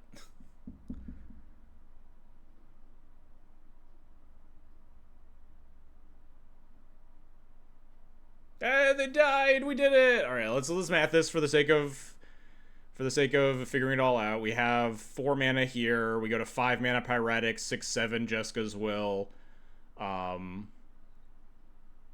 then down to 2 on Dark Petition, up to 5 on Dark Petition, and then it just tendrils them, right? This is 5, 6, 7, 8 tendril. Oh wait, hang on, that's not lethal. 9, 5, 6, 7, 8, 9, 10. We draw 3 cards too. We could probably cast, I think Lightning Bolt is like 1 storm. Yeah, I think with extra mana we can bolt for 1 storm and 1 less off tendrils. So let's make sure let's do our due diligence. Learn as a storm player. We have 4 mana here on the Yogg's Will. We spend this floating on the Pyretic into the Jeska's Will. We have 5 red floating. We go down to 4 red floating Lightning Bolt face. That's 5, 6, 7, 8 on the Lightning Bolt. 4 red floating. Go to 4 red, 2 black. Go to 4 red, 2 black. Down to 1 red. Storm count 9. Yeah, okay, it's exactsies with the Lightning Bolt.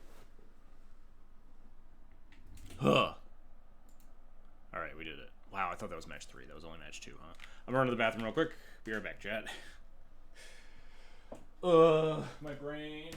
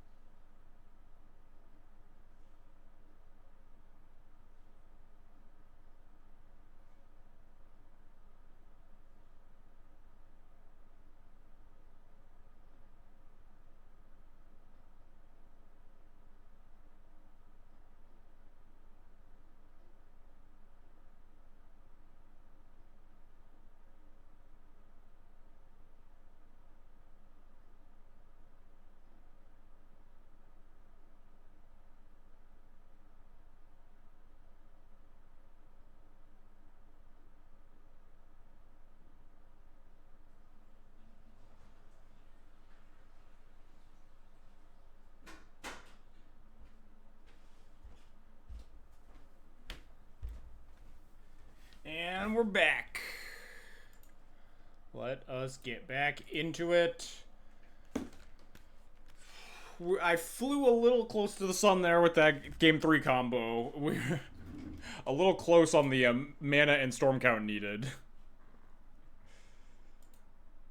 But, you know, a more proficient storm player than me would have also, perhaps, just been able to have a bunch more time on the clock there to, you know, think about their line. And then also we had, like, the Stormscale Cyan backup plan, which they probably could never have beaten if we just made, like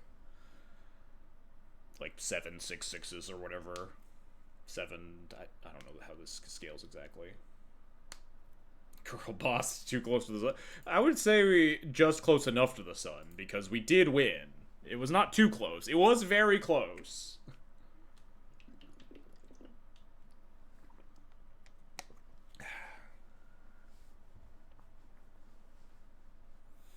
This deck has so many cards that I'm just so dog shit at casting. Fucking Demonic Consultation, Tainted Pact, what was another one that was happening in that game that I was about to name, but then completely forgot?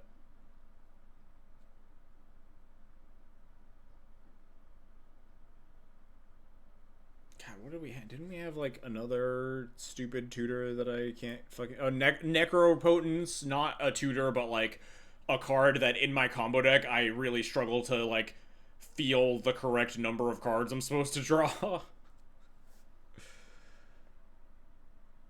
Yeah, Demonic Consultation, when it exiles all your... When it exiles all your win cons. We already had that happen with the Tainted Pact. At least in Demonic Consultation it happens all at once.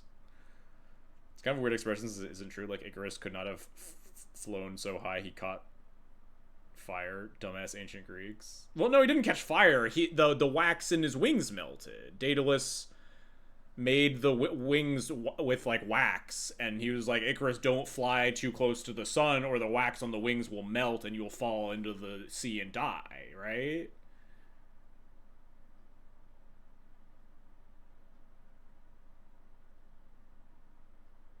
Sorry, not dumbass ancient Greeks, dumb ancient Greeks. Apologies for editorializing.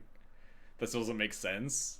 It, like, does Zeus becoming a bull and having sex with a human woman to make the Minotaur make sense? Like, it's it's all this is how religion works, right?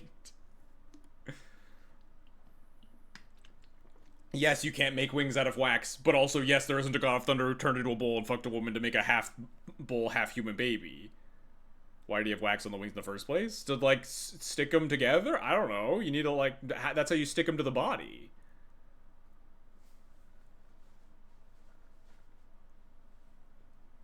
What are you going to use to make your wings in ancient Greece?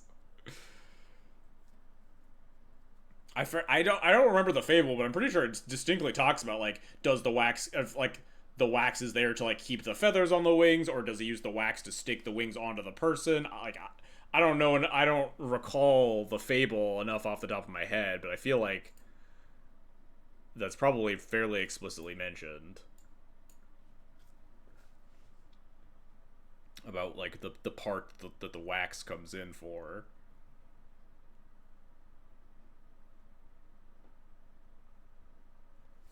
Bonus round. Oh god, if we have to like have a bonus round kill, I'm gonna cry. I'm gonna cry real human tears live on stream.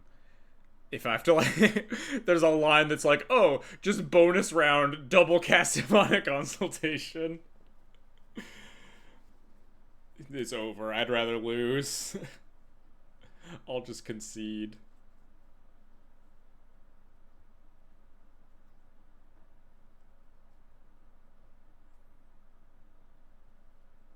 What's the math on like just straight up dying to demonic consultation in EDH?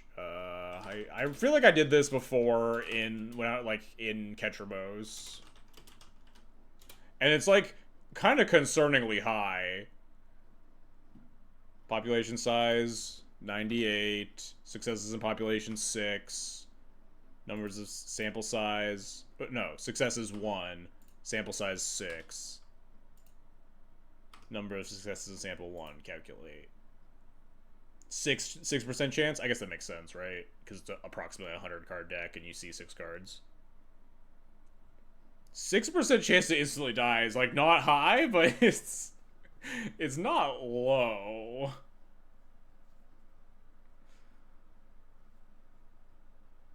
Hard to, yeah, you could also die. Yeah, it is a little bit maths different because you could also pass those 6. You could exile through your win cons trying to hit the other card you need or whatever.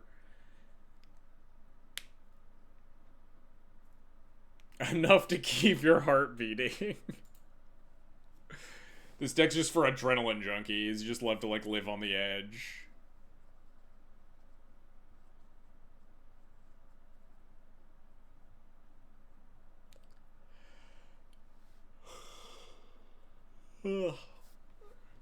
Alright. What the fuck do we do this time, huh? Aragorn? Oh, God. Got a lot of discard.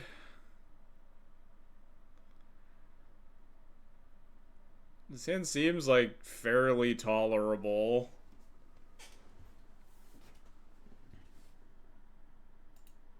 I don't really know exactly what the plan is.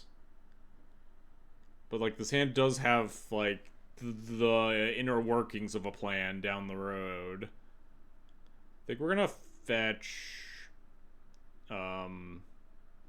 green-black Surveil land, so we have access to Traverse a little sooner. Although, it probably won't be that soon. I guess technically it could be turn 2, depending on what we surveil. No. Because we're not surveilling any Anthos in the same turn. Whatever. Surveils don't have, like, or fetches don't have, like, a ton of extra utility in this deck, so it's kind of free to burn them. Am I supposed to, like, have Surveilled Sorcery Speed to play around getting stifled or whatever?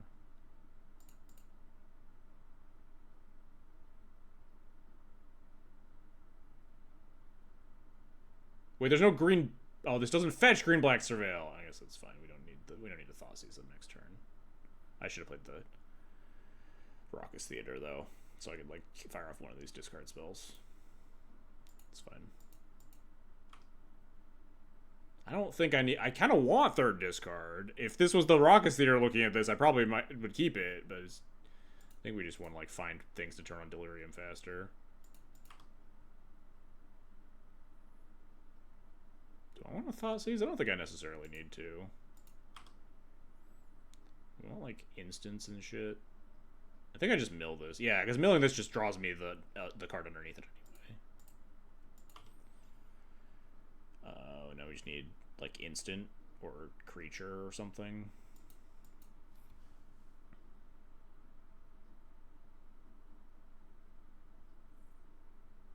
Ulvenwald into Lake and then win. I feel like there's a couple of steps between into Lake and then into win. I don't know exactly what they are, but I think I'm missing a couple of steps on that plan.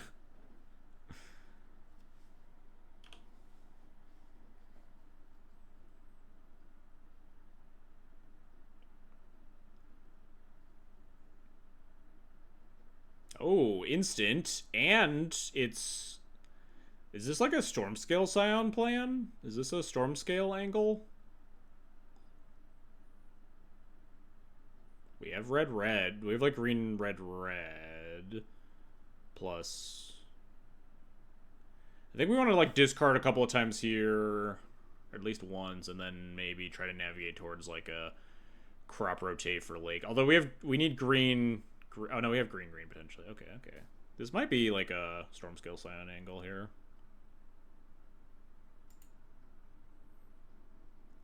Let's cast Thoughtseize.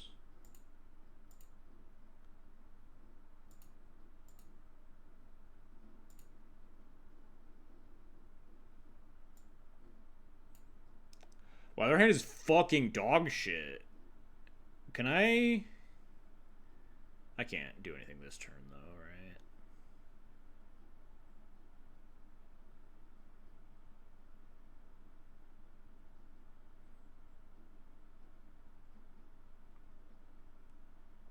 One, two. Down to one. Only 5 mana, yeah. I think I just take this click, though, and I just... like... I think I can Stormscale them next turn, but I'm not 100% on that. Although Stormscale is like, I mean, just plow. You subtlety 1, plow 1. We're gonna, if you have like 6 or whatever, you're fine. Definitely taking the click. We could also just duress this turn. We don't have Delirium, so we can't... I mean, I guess right now we could crop rotate into Traverse, but then we're like blowing a bunch of storm count. Hang on, can we mat this in a way that we can... We need a red, green in order to actually go off in the same turn, though, right? If we want a Stormscale Scion, which we don't currently have with this configuration.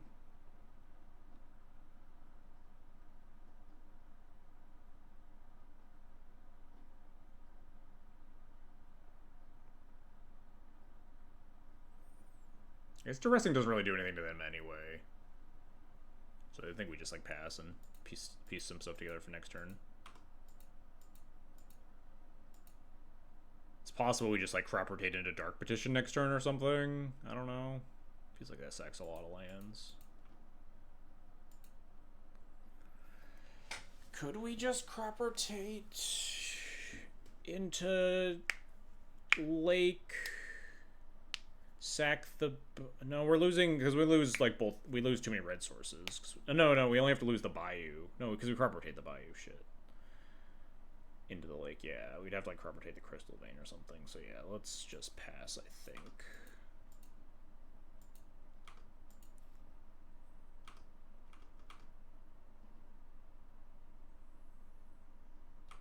Is there a world where I just, like, raw dog this Dark Petition next turn? Just fucking... Crystal Veins, slam it. Ooh. Does this kill? because we have red, red, green, green now.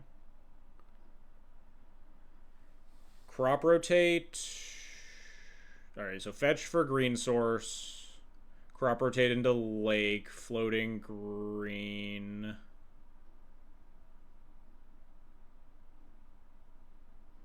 Float green. Crop rotate this into lake. This can always get overgrown tomb.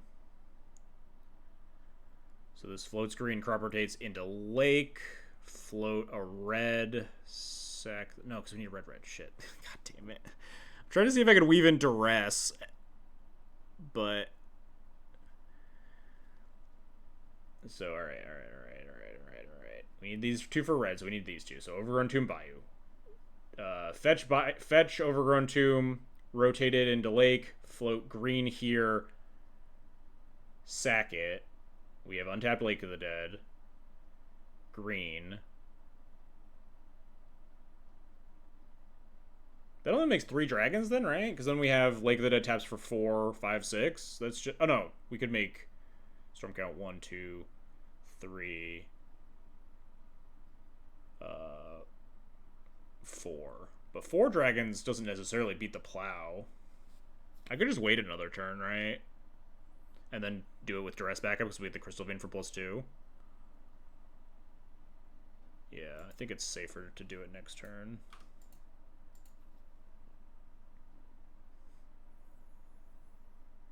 I might be able to like convince them to hardcast a subtlety or something on the Rograkh too, for more storm count.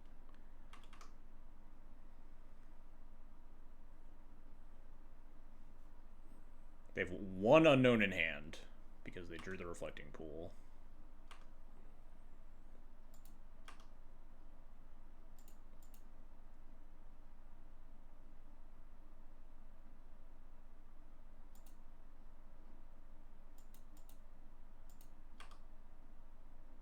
Oh shit, this grief's amazing, right? Because I just get to grief for extra storm count pitching the Dark Petition and get to check for extra card.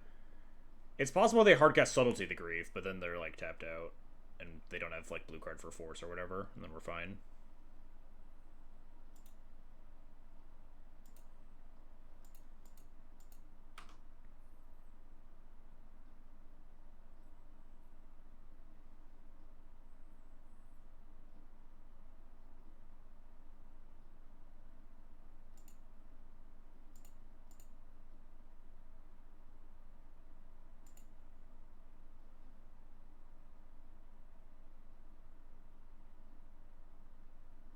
Have you used 7 minutes of your clock to cast 1 spell?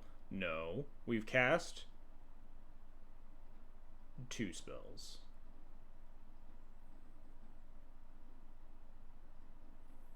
Bonus stream Monday if we get Legacy Bands? Maybe.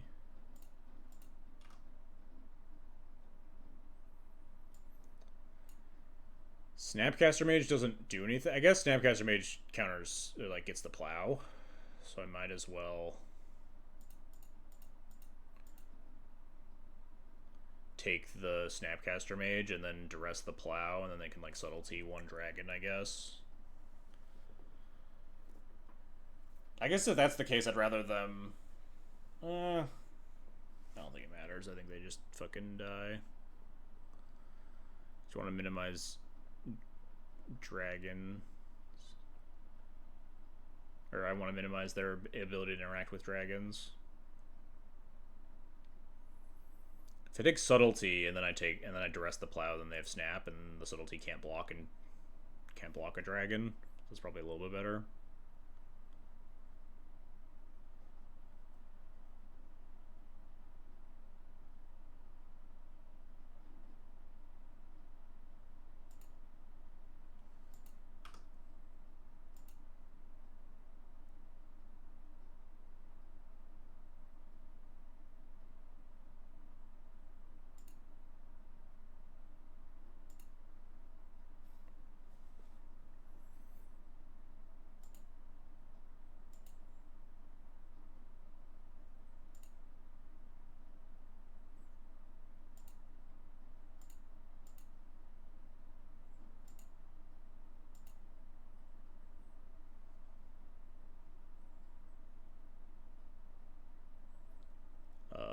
what's the stupid thing called? Lake of the Dead.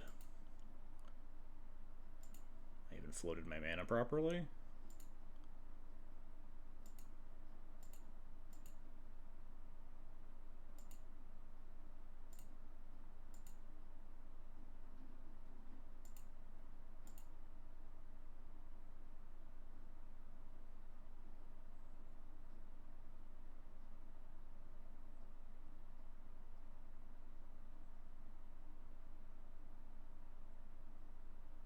Convince them to plow the Rograkh, maybe?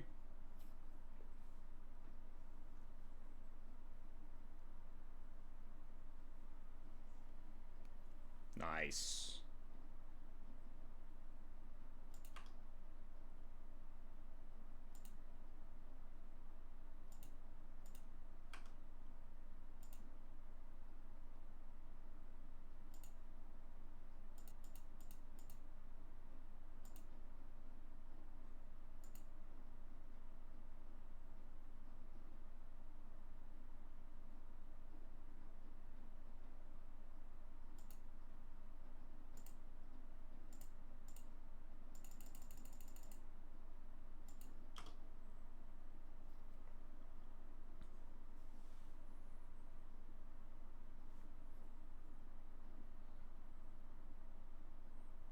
I'm missing a base deck stream. You're missing a struggle stream.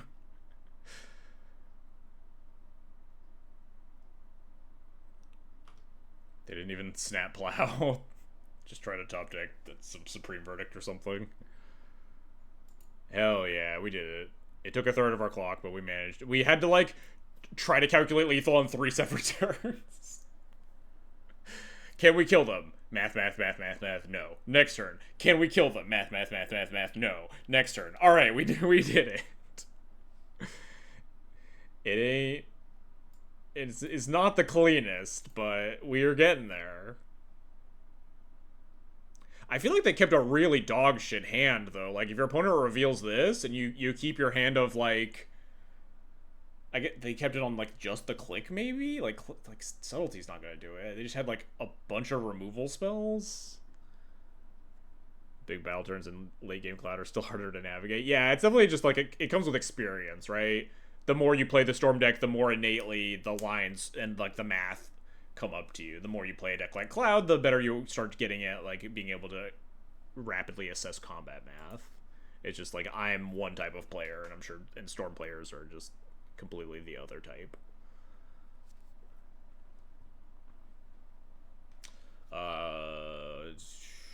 We're not super close to Delirium. We can have Creature with Phyrexian Tower. We have Instant. We have Land. Is that good enough to keep this hand? Has no interaction versus Aragorn. Seems kind of loose. We have, like, double Scries. No, am I supposed to just, like, keep a hand just all mana and a tutor? I'm just allergic to mulliganing versus Aragorn, but I don't know if that's, like, actually the wisest. You have more time here because you're not getting disrupted hand-wise. I'll keep this and maybe learn a lesson about not keeping this. But, like, 2 Surveils. Build out a plan to get to this Demonic Council. This is textless, so we don't have any demons to tutor up. Let's get the red-black one first. I don't think it matters. I don't think I'm ever casting a red or a green card on turn 2.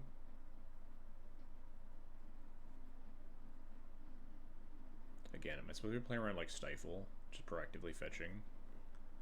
There's probably like very little reason not to. But if they had Stifle, they wouldn't have fetched there. No Voice of Victory. I kind of feel like that's... Maybe they have like a different tempo card to slam onto here. I feel like that's the type of card you would want as Aragorn. Just a cheap, reasonably pressure card to just slam down. And start attacking and start leaving your counterspells up before I have, like, the stuff that I need to start going off. Alright, well, we have 8 billion mana.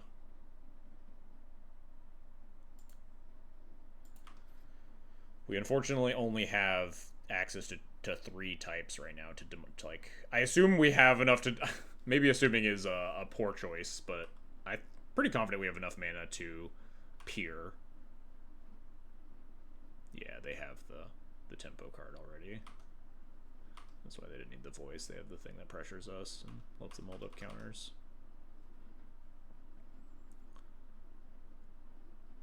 Just straight up drawing like a discard spell would be really nice, right? Because it would get sorcery into the yard for us and be able to check for...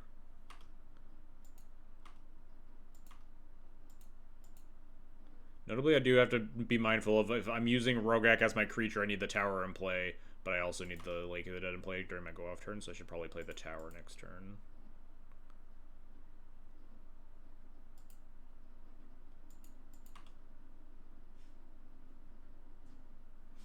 I mean, that's a sorcery. I think I'm supposed to mill it with this hand? It doesn't do anything, right? Feels really weird to mill, but, like, it gets my Demonic Council online by being in the yard, and, like, then we're just a discard spell away from trying to go off.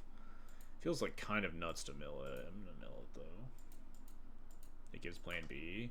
Yeah, but, like, can I afford to be planning for a plan B when my plan A is not... I think I'm gonna play this. I just talked about doing that other thing with the lands, but drawing the Surveil means I want to sculpt more. This card kills Fairy Mastermind with Phyrexian Tower, which is kind of funny. I don't know if that's actually good enough. I think I'm just going to Surveil it. 3 card types. We're missing Instant now, so we can Cabal Ritual get there at some point. Also, we just milled a creature, so we don't need the Phyrexian Tower play necessarily. Oh, Jesus, we're so dead. They just take Demonic Council. Maybe we just draw another tutor. Who knows?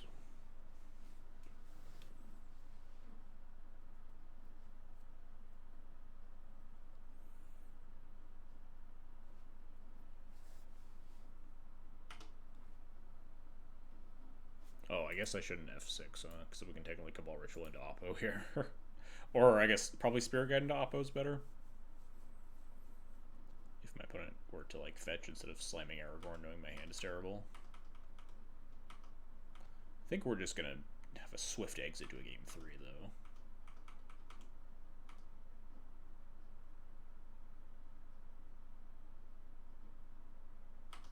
Alright. Top of the deck. Give me a tutor.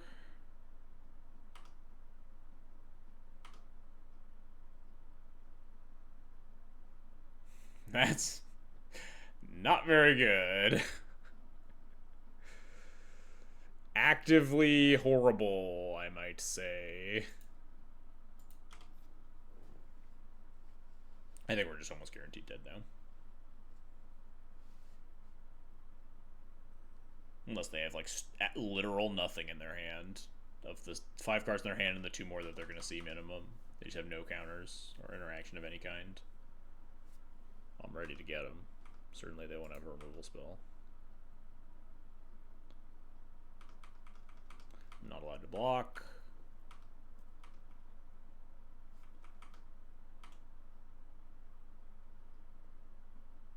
Is Final Fortune legal? Yes. It's in the deck. Wait, is Final Fortune the one that take the extra turn one? I believe in the Oppo agent.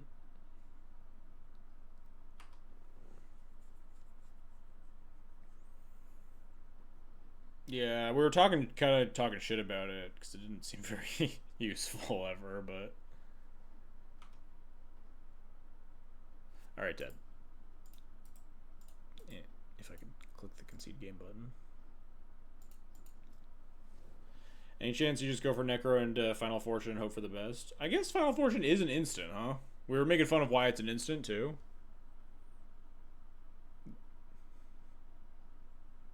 You just, like, Necro, draw to 1 life. Final Fortune, lose to any counterspell. That's probably better than just, like, top deck. This hand has literally no... This is the exact opposite of the last hand. We have double interaction, and I guess Crop Rotation does give us mana, and we have double Surveil here, so I'm kind of into this hand. We are obviously missing the action card, but we have double surveil into action with double protection. Seems really good.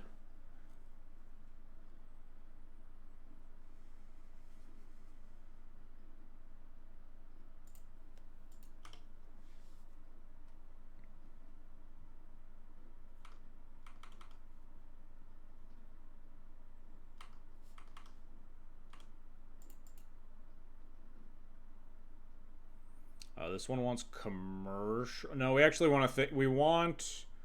We want swamps because especially because we have like Taiga geothermal cards. We want double swamp for a crop rotate into lake. So this one can only get Raucous Theater. So I should have played this one first, actually. Oh well. Are you good? No, you are bad.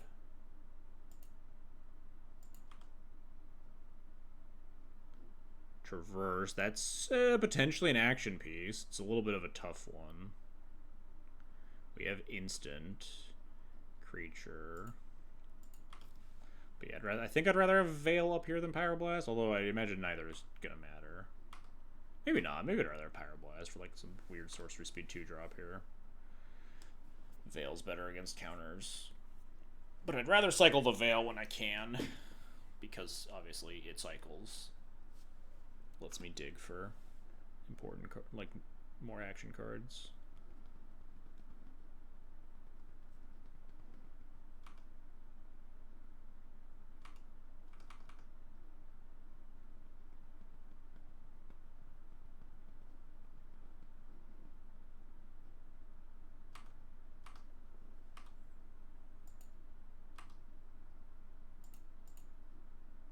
I think like Culling the Weak is maybe among the best cards I could draw.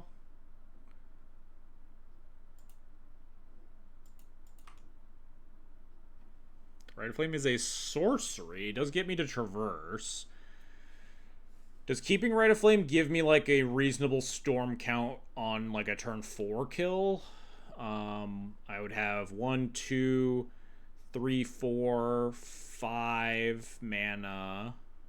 Crop rotate down to 4. Get Lake up to 8.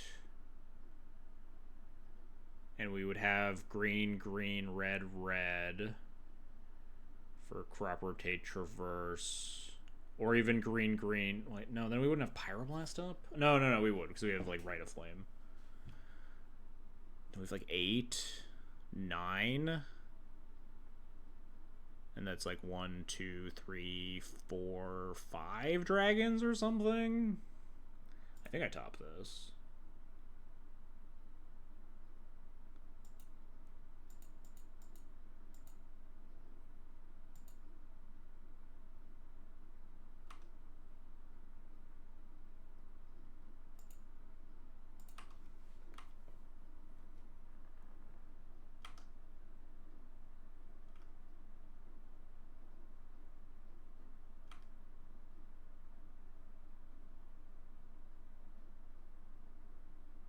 Yeah, it's fine. It's just like instant speed sleight of hand here. And if we fight like a counter war, then we just get like a bunch of creatures, which is really good.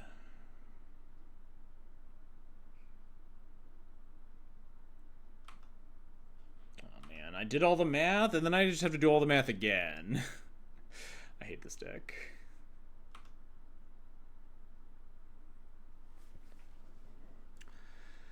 Alright, so we cast Rite of Flame, get 3rd type in the yard. We have 2 red. We then crop rotate. We play the Taiga, and we need the 3rd red for Pyroblast. So we float red with that one. 3 red floating. Tap the Mortuary to crop rotate the Taiga away for Lake of the Dead, sacking the tapped Mortuary.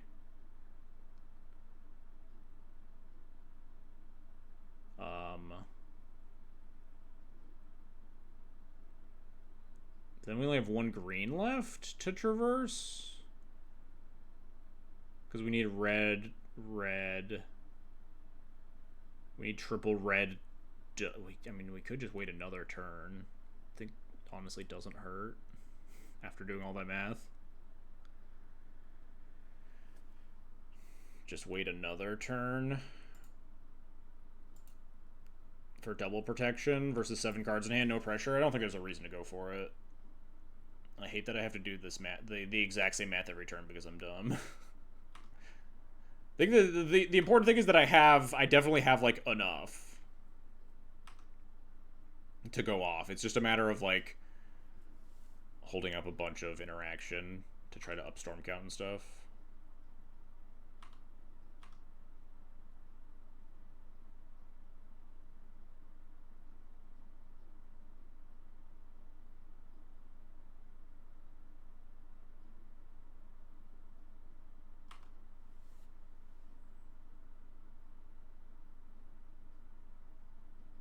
If they slam Aragorn, I think I just Pyroblast it.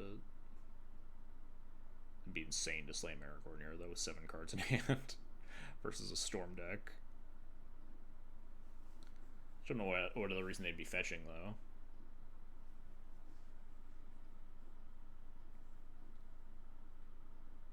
I guess maybe this taps for... No, yeah, alright, I'm done doing math about previous turn. I don't want to think about it. I have plenty of red, so I can just fetch Overgrown Tomb here. Wow, you are just slamming Aragorn. That seems kind of crazy to me, but with completely tapped out, I think I'm just safe on the Veil of Summer.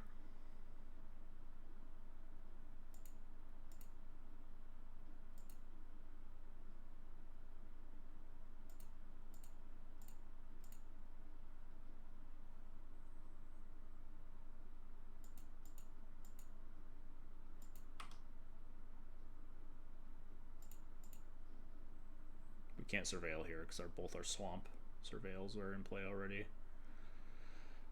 We want red. We'll get green here.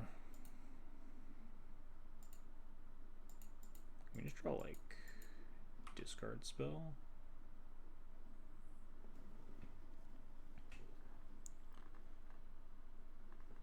Alright, I guess we just go for it, huh?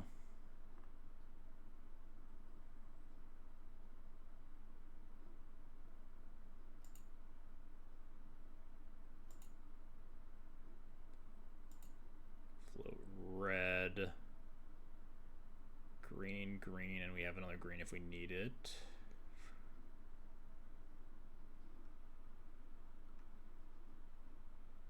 No, we only need 2 red now.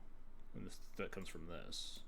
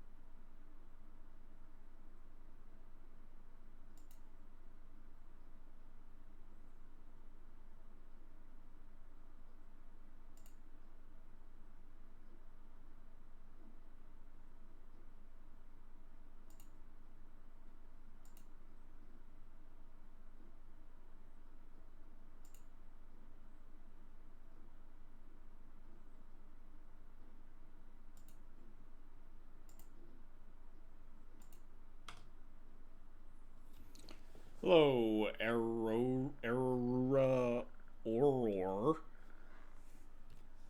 How's it going? Well, hopefully it's good enough. We did it! We beat Aragorn! We beat the Boogeyman!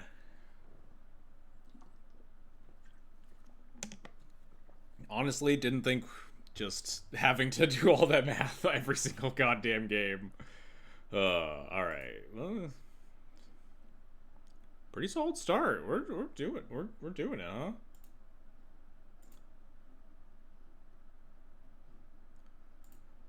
I also unfortunately don't have the MTGO creator codes for this new month yet.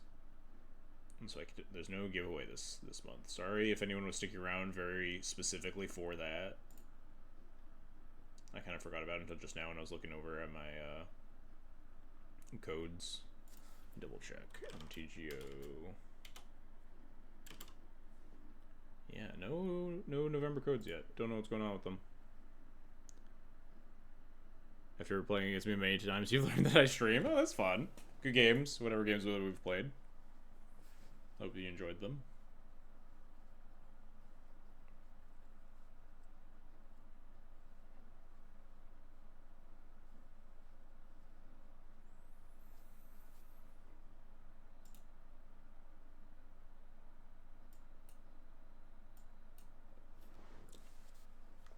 God, this deck is... I've... next donation deck, can someone just like just lob me a softball, please? Just stop giving me the most brain frying non XJ Cloud decks known to man. People are here to watch me suffer. TV Emerald still on Taiwakeen, huh? This hand is not particularly playable. Azusa again? We could donate for Azusa, that'd be fine. Is it crazy that I want to keep this? My opponent's mold again to 5. Maybe we don't keep this, but it's like a bolt and an attempt to draw a Black Source. And Black Source doesn't even do anything. We just have like 3 discard spells against my opponent molding to 5. Yeah, we're just joining him at 5.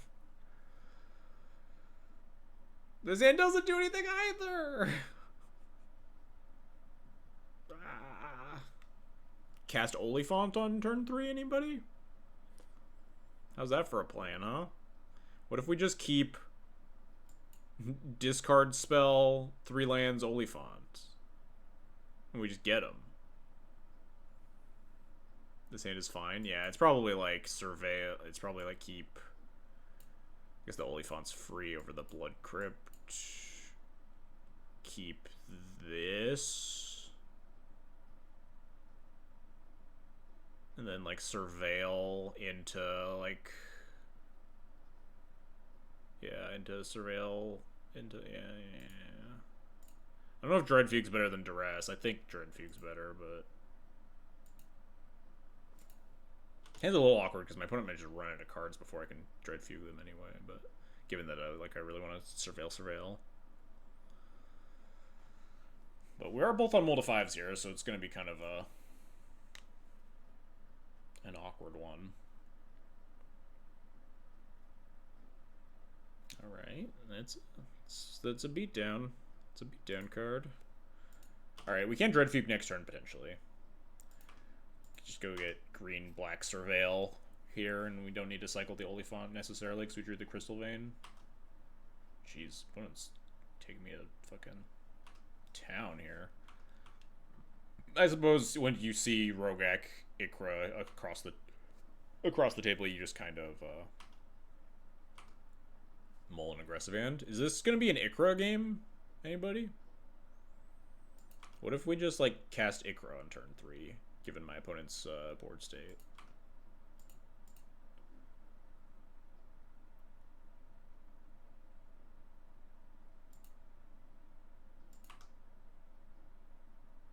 Damn. I guess we could just Swamp Cycle for bad lands, shoot one of these guys, probably the Kythian because it's gonna flip, and then we could turn 3 Ikra.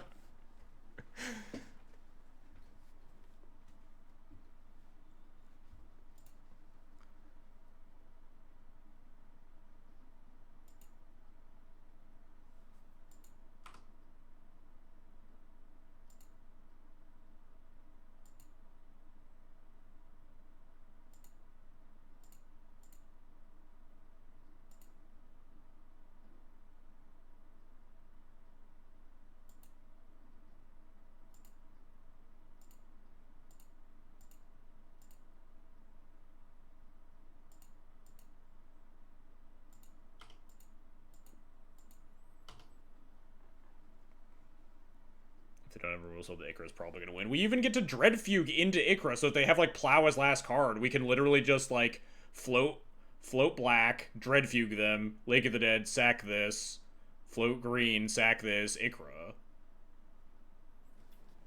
And we just, like, we just get them. I think it's not bad. We could even, like, Yawgmoth at some point. We drew another, like, swap, so we could, like, Yawgmoth with a Galvanic Discharge or something. I'm kind of into it. Also, I just want to cast the Ikra for content. Being absolutely real.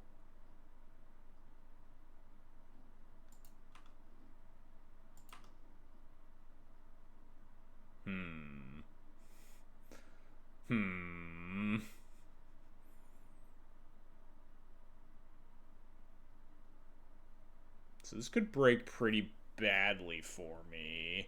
But I guess we can kill the Tywakeen before it, like, can buff up. They're, like, a million mana away from the Fiery Confluence. Yeah, it'll be fine. You should keep the Badlands, right? Well, we can fetch for... we have to sack both for the Lake of the Dead anyway. Then we can fetch for Blood Crypt.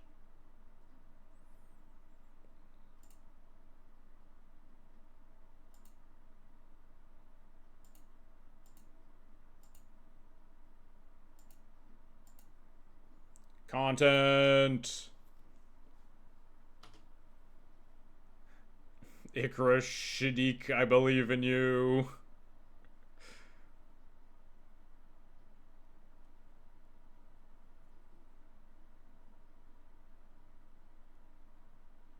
You just cast the Tywakeen here, right? Yep. How do they gain 7 life a turn? 1, 2, 3, 4, 5, 6, 7, and then they could just, like, triple block. That'd be... I think we would be ahead if they triple block to kill the Idra. Wait, no, hang on. But my guy only has 3 power. Hold up, do I have to Yogg-Will the Galvanic Blast this turn? Or the Galvanic Discharge this turn? That seems pretty fucking awful.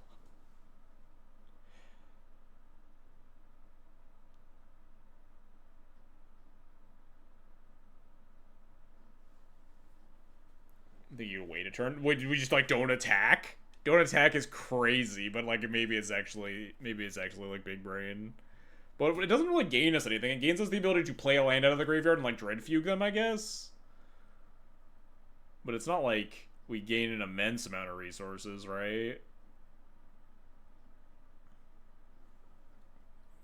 We could build back up to, like, just cast Ikra again if we get, like, more swamps.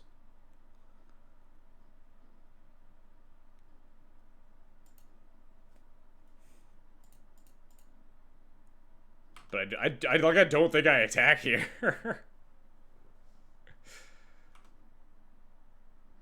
Because they just, like, yeah, they just triple block and I just kill a Cathar Commander and a Grease Wrench and that's it.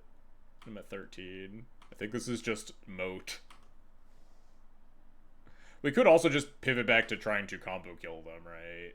Just using Ikra as moat. We have to be wary of, this can, like, pump Fanatical Firebrand damage if they're, like, to hit land drop plus attack with the Cathar or something. It's not quite enough to kill Ikra, but it's, like, kind of close. Now we fetch Surveil here. No idea what we're looking for. I guess, like, interaction, right? Removal spells that would help me attack. Doesn't really seem like it.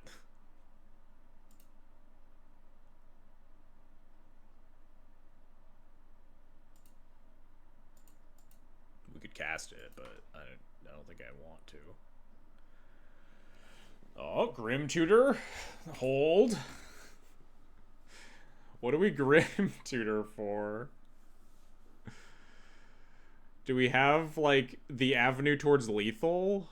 If we just Grim Tutor for, like a ritual of some kind?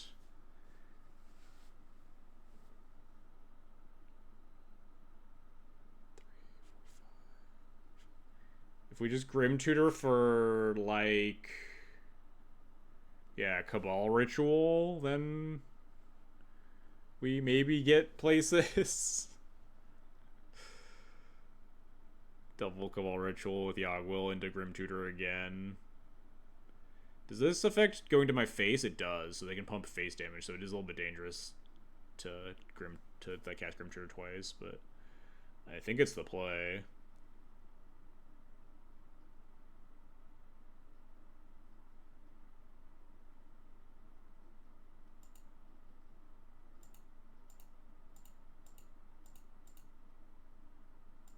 This wasn't like lethal this turn, right? There's like no way.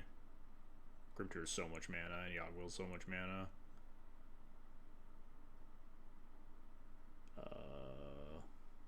Cabal Ritual.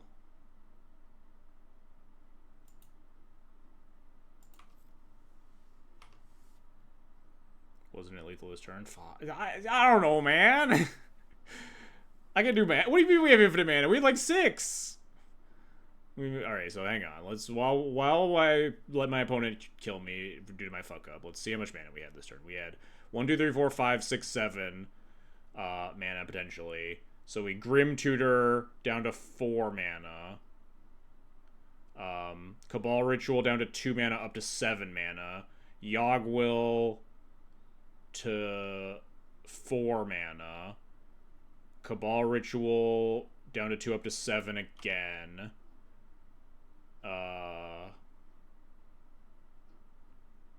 I don't think that's enough Storm for, like, Tendrils you.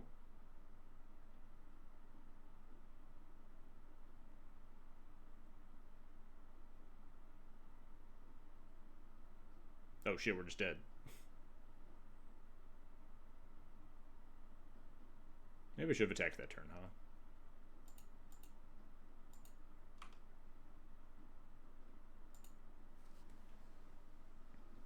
Alright, well, at least we died knowing that I didn't make the really stupid decision and lose the game.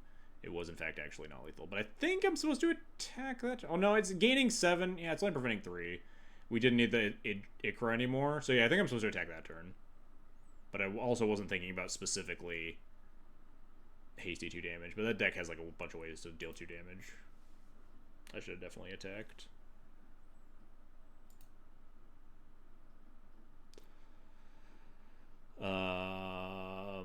I gotta imagine this hand's pretty close, right?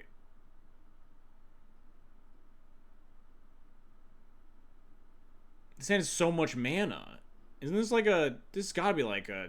Close to a turn 2. Hang on. We have like access to like 7 mana here on turn 2, right? Turn 1 Freebooter, turn 2 culling it. Use the treasure to plunge the Rograkh. 7 mana. Mausoleum Secrets for a black card 2 or less. Because we'll have 2 creatures in the yard potentially. 1, 2, 3. We have 7 mana. Mausoleum Secrets for a black card. That's just another ritual into dragons. This is just like turn 2, make a bunch of dragons, right?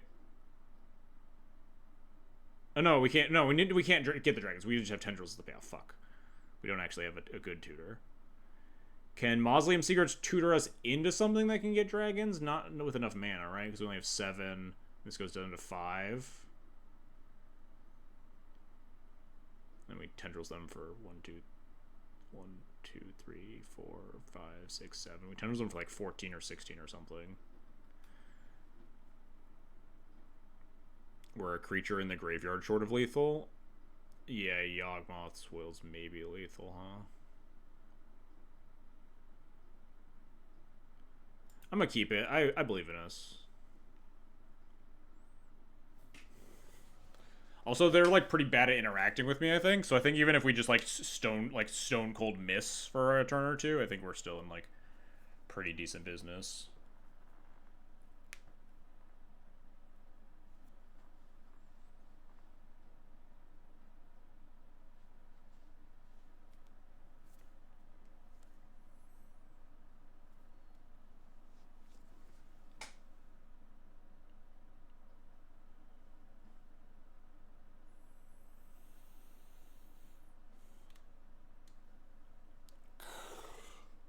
Ugh.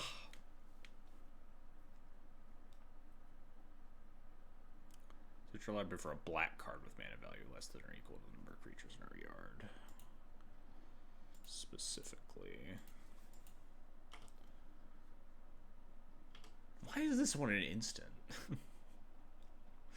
So weird. You know, like, plow this? Be a little sad. Not gonna lie. Well. We had to scry one. Yeah, no. Shit. Diabolic Intent the Rograkh. Doesn't really get us anywhere. We cannot Mausoleum Secrets for a land, because it only gets black cards. We only have one creature to sack, although obviously we can, like, cast it again in Diabolic Intent, but that's, like, just really mana inefficient. I think I'll just pass.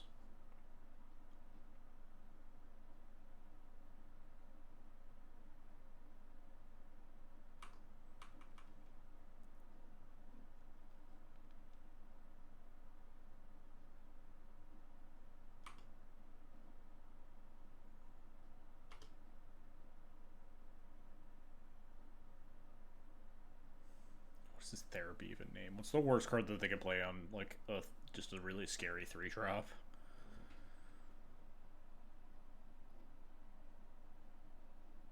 I wish I had just, like, a shitty creature that I could therapy myself to get it in the yard. Kind of want to just name, like, Fiery Confluence. Although that thing only deals 1 billion damage after they hit, like, 5-6 land drops. No idea what, like, 3s they're supposed to be playing in here that I should be scared of.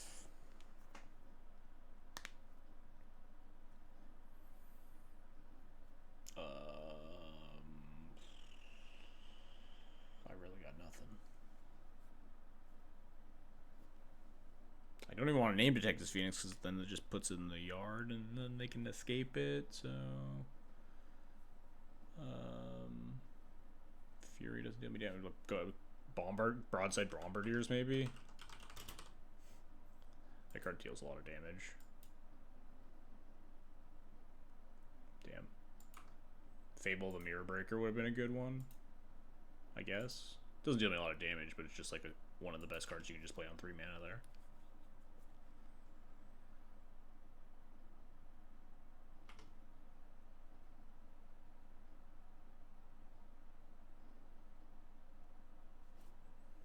They drew Clifftop Retreat.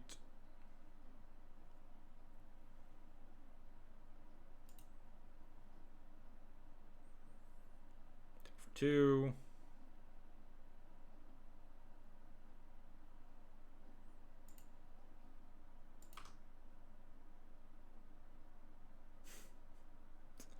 Not really a card I'm happy to have in the yard, but also we no longer have 2 creatures. We have 1, 2, 3, 4, 5, 6 mana only. I guess we can we can Mausoleum Secrets for a 1-drop creature to sack to Infernal Plunge, right? And then do we have it?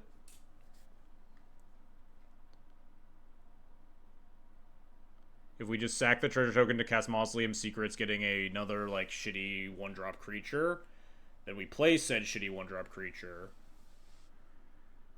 Yes. We play shitty 1-drop. No, we play Rograkh, and we culling it. And with the black mana, we cast the other black thing. And then with the...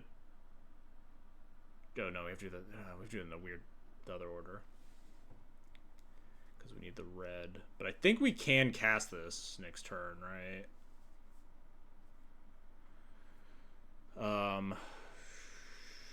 Cast Mausoleum Secrets, get shitty 1-drop. Cast shitty 1-drop. Culling the Wicket, get treasure token. 4 black floating. Cast Rograkh, use treasure token, cast Infernal Plunge. 4 black, 3 red floating. We have a land drop, but yeah, I think we have it here.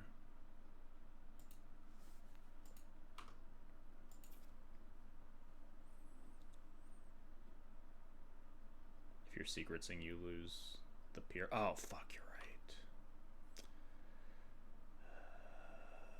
Do we? I don't think we can afford to take 2 turns, huh? Although, then what am I doing?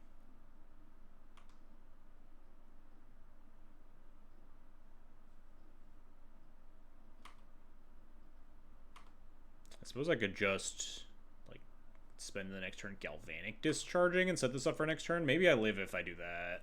I'm at 18 right now, so if they, like, attack with the Taiwakin, I can Galvanic discharge it next turn. Oh, they might just Sundering Eruption me, actually shuffle away the thing, huh? That makes sense. They're definitely going to do that and shoot my red source. There's no way you wouldn't after your opponent tops a card. Oh well. Well, it's still in the deck at least. We didn't, like, mill it. We also can't get basic. No, we do have basic mountain. Okay. It's the forest that we don't have a basic. If they know that, then they target the Bayou, but we don't have any green cards to cast right now, so it's not the biggest deal in the world. We definitely want more shitty guys, because we have all these, like, sack things. So we want, like, more greedy freebooter-shaped cards. I don't know if we wanted them so bad that I'm willing to sack this Treasure to Mausoleum Secrets this turn. Interesting. Could really juice a Lava Dart if they want to.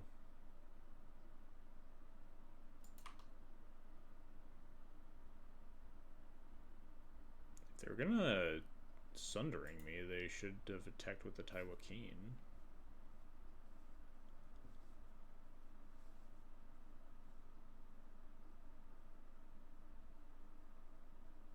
Wait, no, they looted the Sundering Eruption with the Fable. Huh. I guess they missed the shuffle line too. Now we're back to the plan of I think I just untap and Galvanic the Taiwakin and try to go off next turn because I want to draw the pier. This hits me for 6, which is, you know, a lot. But we go to 10, we go to 8, we go to potentially 4 off the pier, and then 3 off the Lava Dart. They could have, like, a bolt and kill me.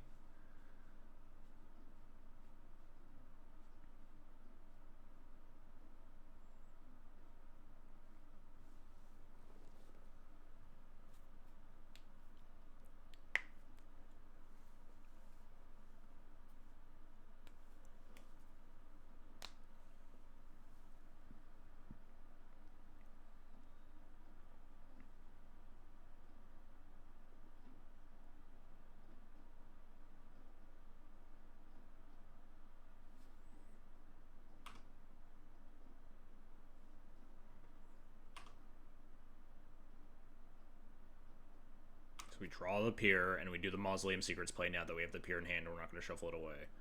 So we just Galvanic Discharge this thing.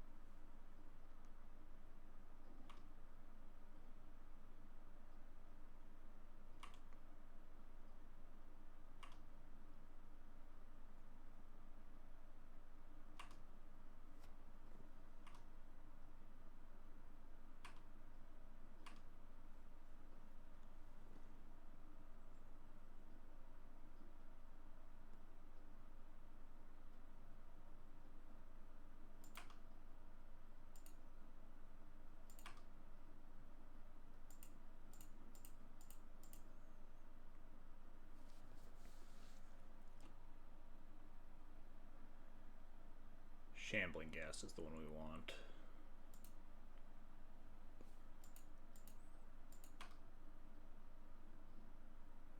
So we don't want to necessarily play the land because we're much more likely to find, like, Lake of the Dead or something.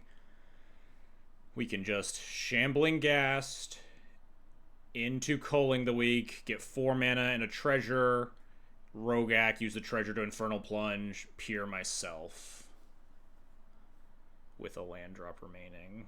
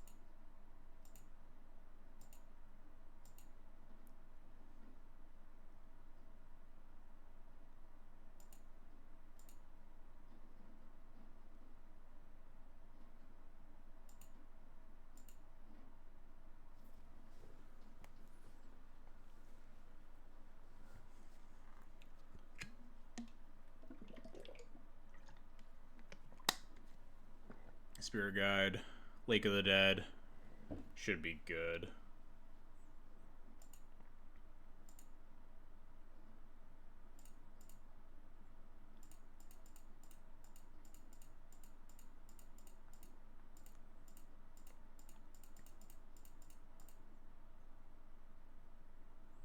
Was putting Rog in the command zone lethal without peering? What do you mean? Sack it and then put it in the command zone and then cast the two. I'm not going to answer that question right now.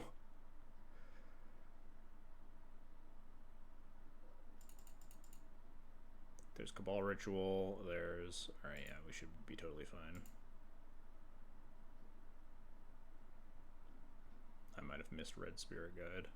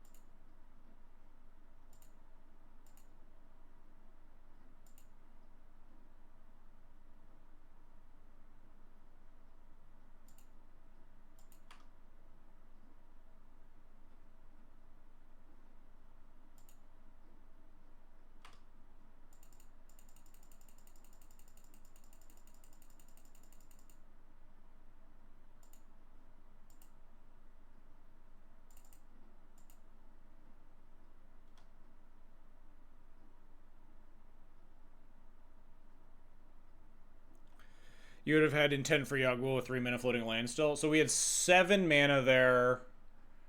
But it costs 4 to cast the intent because we have to recast the Rograkh, right? So isn't it Yagul with no mana floating? Because we have 7. Rograkh down to 5. Diabolic intent down to 2. Go down to 3. Go get Yagul. Yagul, we have 0. But then we could... We don't have a land to play out of the yard. But then we could... If we did, we could, like... land Rograkh Culling or something. We had the land. Did we? Oh, because we had the Vista, yeah. Well, then we just go to 4 mana, right? No. We play Shambling Ghast. We fetch the Swamp. Shambling Ghast. No, the Culling doesn't make the red, though, because the Shambling Ghast dies. So we can't get the Infernal Plunge mana, right? But we have Tendrils in hand the whole time, so maybe that's enough Storm to kill. I don't actually know. Genuinely, no fucking clue. I leave this as an exercise to the viewer. Could we have killed without the pier? After we drew the land.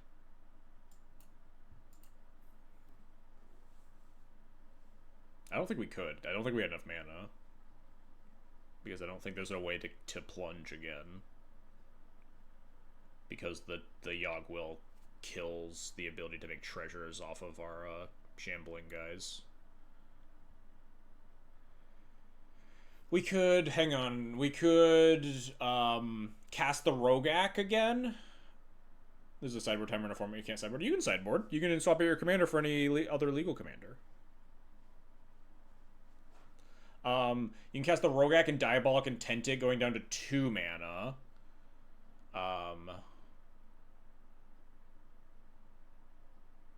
But there's nothing that...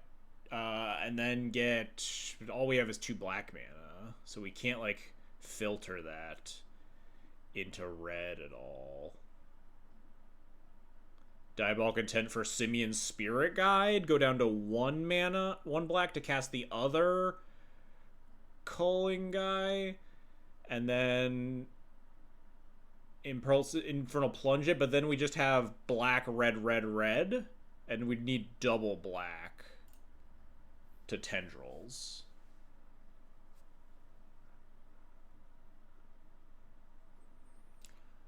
I think this hand's a keep. We have Elemental Eruption. I don't really know exactly how to get from point A to point B, but we have like Shambling Gas, Diabolic Intent. Seems fine. And a treasure. We don't get another treasure because of the Yogg Will, though. After Yogg Will has been cast, sacking the idiots does not give us treasures because they are exiled instead of dying. That's the important thing.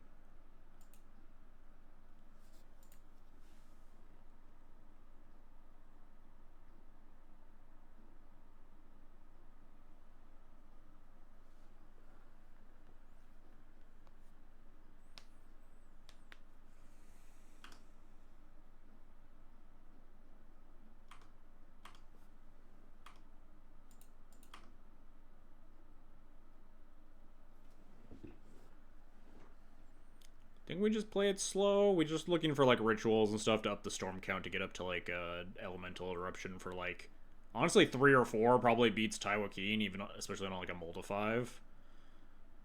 So we're probably just gonna like Shambling Gas, Diabolic Intent for culling the week or something, and just like a Rograkh culling the week elemental eruption on like turn 3 or 4 or something.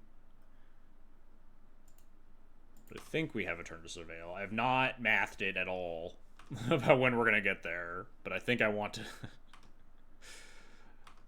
surveil. Just based purely on vibes.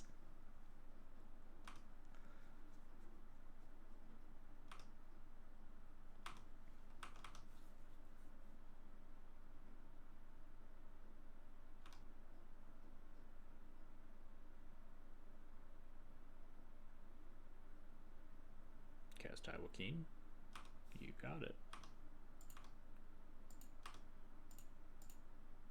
Fetch red black here.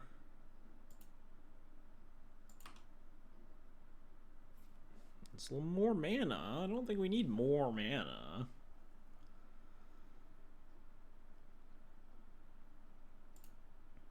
Well, we do want more mana, but in the form of casting spells, ideally. That's a nice one.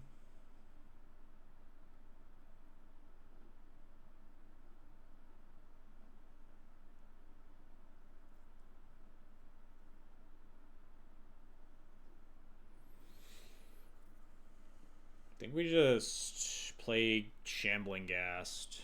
It's a little dangerous to just run it out. My opponent could like try to ping it off, especially with Tywakeen and play to like draw cards. But we do need a Diabolic. I guess we could Diabolic Intent Rograkh this turn. Does that give me the mana next turn to go off? If I Diabolic Intent for culling, next turn I have 2 mana here. We gassed culling it. We would need an untapped land. It might just be Troll Surveil. Yeah. No, we have Simeon Spirit Guide, actually. We have... Oh, no, then we only have the one red for Elemental Eruption. I just don't want to give my opponent infinite time, because we can't, like, die to burn spells and stuff. So, like, I want to cast this Diabolic Intent sooner rather than later.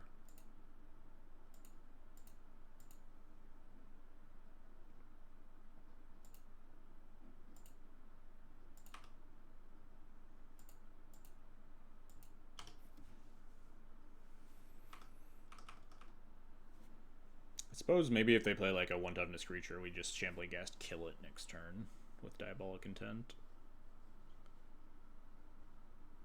And then we definitely have like the turn 4 Elemental Eruption rolled up.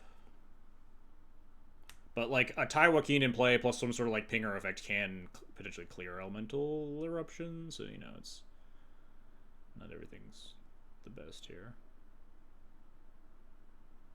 Ghast, Coal, Rog, Plunge, Rog for 2, Intent, 3-0 to Yogg-Will, Vista for black, Rog from Graveyard, Coal, Tendrils is exactly 20. Oh, okay. Yeah, that's just enough Storm by itself. Doesn't play around last card sort. Oh, no, they actually discard their Source of Pleasures too, so we didn't even... It's not even, like, playing around them gaining life there. Doesn't play around last card Healing Salve, therefore terrible plan. Oh, fuck. Is this at all lethal? There's no way. There's just absolutely no way. We don't have enough mana, like, post going off turn. We can, like, land, Ghast, Intent for Plunge, Rograkh, Plunge it, Mirror, Yogg-Will, and we just have 1 mana left to Rograkh. Wait, shit. Wait, shit. Is this actually lethal? Hold on. Alright. Land Shambling Ghast Intent for Plunge.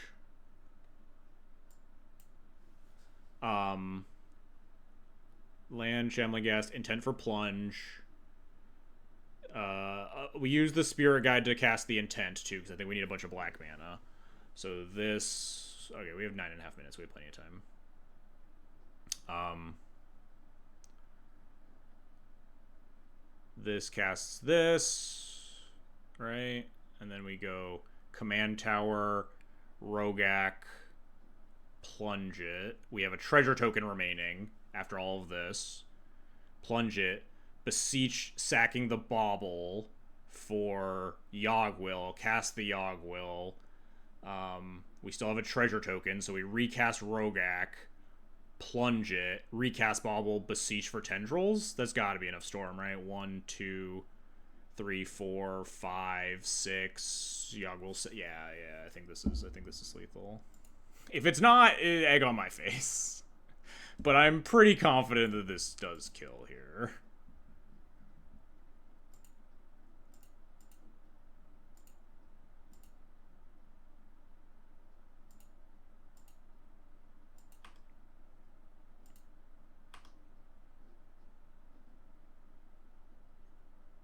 Oh, no, I was saying Plunge. I meant Culling the Weak, sorry. The good Plunge.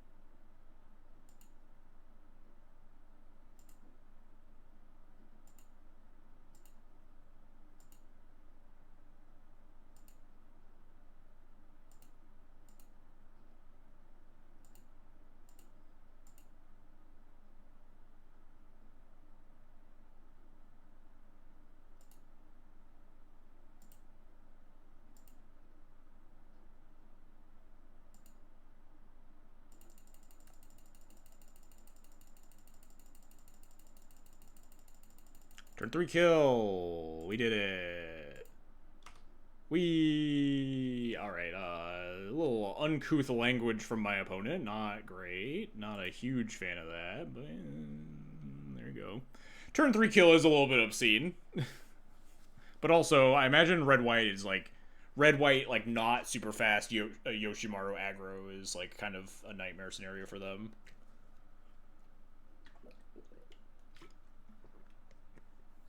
He mulliganed to 5 like all games, just probably trying to find a hand that like can actually put up a reasonable amount of aggression, and we just like killed him on turn 3. But yeah, not super happy with the opponent's choice of words there. I mean, it happens. Boros aggro opponent mad that they couldn't hang in the all cards legal format. Not even like that, the true Boros aggro deck. It is like Boros deck is filled with like a bunch of removal spells because they synergize with your commander to draw more cards. But yeah, I can understand getting a little salty on like a turn 3 Tendrils lethal in Duel Commander. It's not something that comes up a lot. Shoutouts to the one person that's always telling me that this deck just like fucking turns 3 people, because we did in fact turn 3 someone. Even I kept hearing a lot of like, oh, hand effect, no, you just like die in turn 3 against this deck. It is possible. We did in fact piece it all together there. I'm sure there was like a more solid line that gets there too. Our first couple of decisions could have been made a little bit better, perhaps. It's possible we could have set it up by just like casting the intent on turn 2 or something with the Rograkh. We didn't need all that extra like storm. Although it's only because we drew the Beseech, right? Isn't it like the Beseech we pivoted into the kill? Wasn't our plan? I forget. I think the plan was just to like make a bunch of dragons before, right? And then we just like drew the Beseech and it became lethal or something on turn 3. I forget. We are kind of... We're 3-1, and, like, the first match is both the nightmare scenario for this deck, blue-white, flash-type-ul. Just everything that has flash and counter spells. And also, like, we played, like, dog shit, because it was the first match with a deck I'd never played before in my life. And then we've killed, like, fairly... Wait, what was round 3? I forget what round 3 was, but, like, we beat Aragorn. We beat Tywakeen. We beat something... Oh, it was mono black. It was Gix. That was round 2. Round 3 was Aragorn. What does the black-green commander do? It gains life. Notably, if you're unfamiliar with the dual commander partner rules, Bob and Cheese, you're only allowed to cast one of your partners in a given game. Once you cast one, the other is bound to your command zone outside of like some fringe use cases like Command Beacon. But for the most part, you just get one commander. So it's mostly just you play Rograkh for like sacrifice synergies, and then you just choose Idris Shadiq for colors, and occasionally you cast this versus mono red or whatever. You just like ritual into it on turn 3. We did get to play it versus Tywakeen, and then we lost that game 1 anyway, but we probably could have won if I had just attacked on that turn.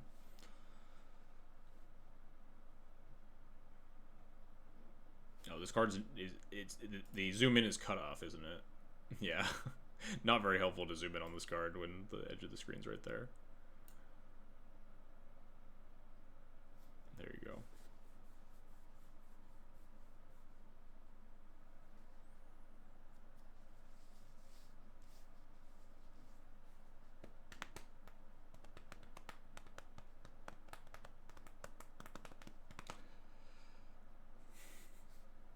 This deck looks very fun to pilot. If you're into Storm...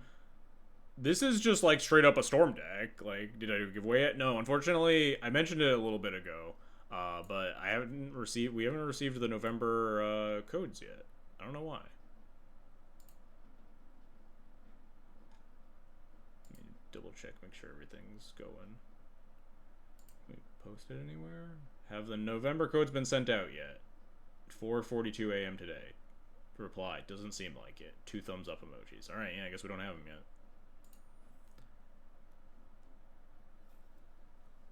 You are in fact a sicko. Fucking go for it. I am told that this deck is like secretly the best deck in the format or something, and that just no one plays it on MTGO. If you want to farm, I think this deck. I am the world's worst Storm player, and with somewhat with the power of chat, and somewhat with the power of my own brain.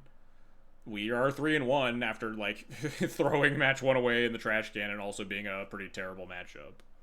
The Zero Trap also wouldn't see play at standard. Yeah, I mean, these cards are much better when when they are companions, and also companions that you can cast multiple times. Like we had a game against Mono Black where we just got to like Rograkh Skull Clamp it, and then turn 3 Rograkh Skull Clamp it again, and just like draw 4 for free. It sure is like pretty silly for me watching like 3 matches and never playing the format. It's felt silly as someone who has played 4 matches and played the format a lot.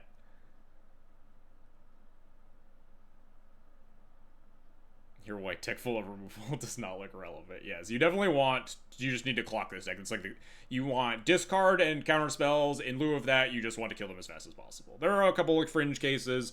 Graveyard Hate can come up. There are some like white anti-storm cards. If this deck was like very big on MTGO, I would probably have to add like the Etherstorm Canonist back into the deck, stuff like that. Maybe play Orim's Chant. But I just like don't play against. I obviously don't play in paper basically ever, and I just don't. This deck doesn't seem to exist online very much. But it did win one of the trials recently, so who knows? Maybe more people will be playing it. Teach me a lesson in humility about how I feel about my matchup against combo decks with Cloud plus Hand of Vecna. Notably, I think there were a lot of games where, like, if we were on the draw and my opponent went turn 2 Cloud, turn 3 Hand of Vecna, we would just fucking die. Like, this, I don't think this deck is, like, super consistent at turn 3ing.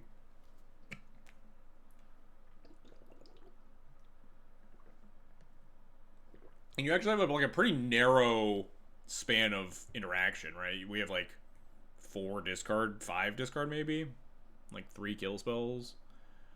1, 2, 3, 4, 5, 6 discard, and then like 1. Suppose you get Shambling Gas kill a Cloud sometimes. 2, 3. Something like that. Yeah, usually in for turn 4 kills. That does sound about right. Which is like a turn faster than Lier. I think Lier is usually like a turn 5 deck in a perfect... Well, I guess not a perfect world, but...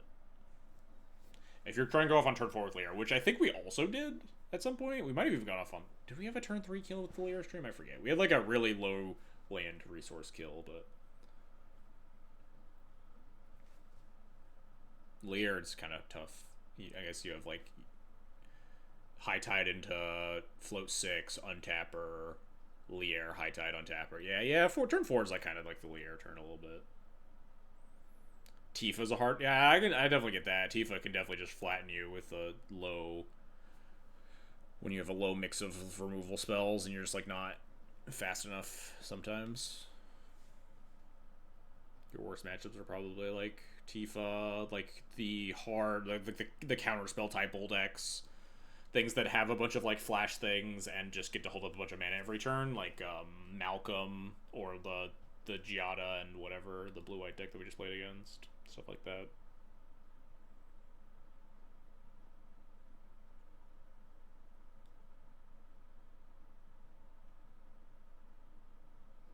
There's Dismember when I was counting removal spells, but whatever.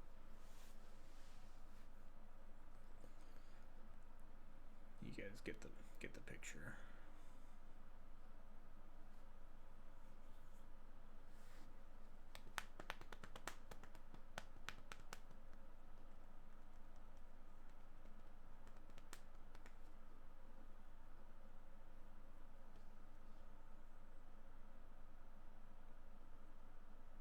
Thinking back on it, after we drew the Beseech for the Yogg-Will, I think in that game 1, match 1, if we like hit the Beseech instead of the Yogg-Will, I think we do kill on turn 2. I'll never know because I'll never go back and check. I'm just gonna assume that I was right. But also, we had to like hit the Yogg-Will before. Oh no, we had to hit the Beseech before we hit the Yogg-Will or the Tendrils, I think. Even then, I don't even know if it was mathematically sound. Especially because we had a Pyroblast, all they had was, and they had a Mana Tithe. They didn't have like a Force Negation or something. I guess those both were 1 mana though, the Mana Tithe or the Blast. It's fine. I'll just say we had the kill and we got unlucky.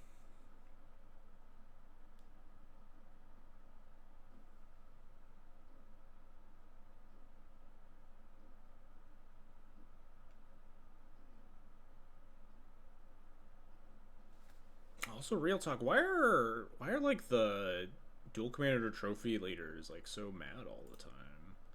Like we played against Paste Hambon last week, and like they like tilt DC'd to wait out the timer. We had TV Emerald who like was fucking cussing and whatever. Like I don't know, just play some games of Magic. Be chill. I don't.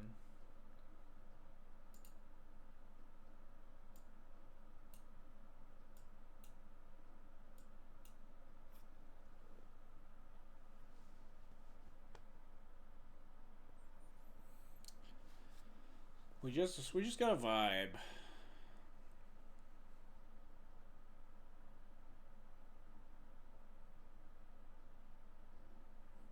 Super competitive personalities that don't take losing well. Yeah, that does sound about right.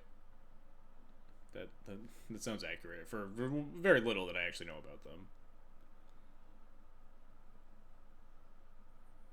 But I think there are a lot of types, especially I think within like the dual commander sphere. I think it's very like small, big fish, small pond syndrome for a lot of people, where as the pool as the pond broadens, like you have some people that like were maybe considered really good when this was a smaller format, and the broadening field they're losing, and they kind of feel entitled to winning, sort of thing. I don't know. I don't want to like psychoanalyze people that I've had one bad MTGO counter with. Maybe they're just having a bad day. I don't know. It could be anything.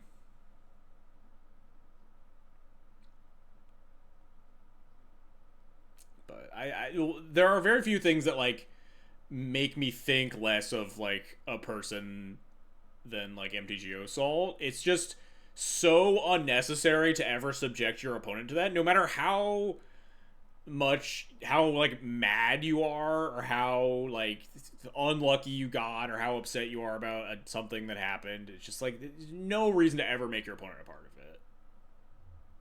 Just go and scream into a pillow, or just turn off Moto and take a walk, or do whatever. Just you never need to rope your opponent into whatever you're feeling. It's just not necessary.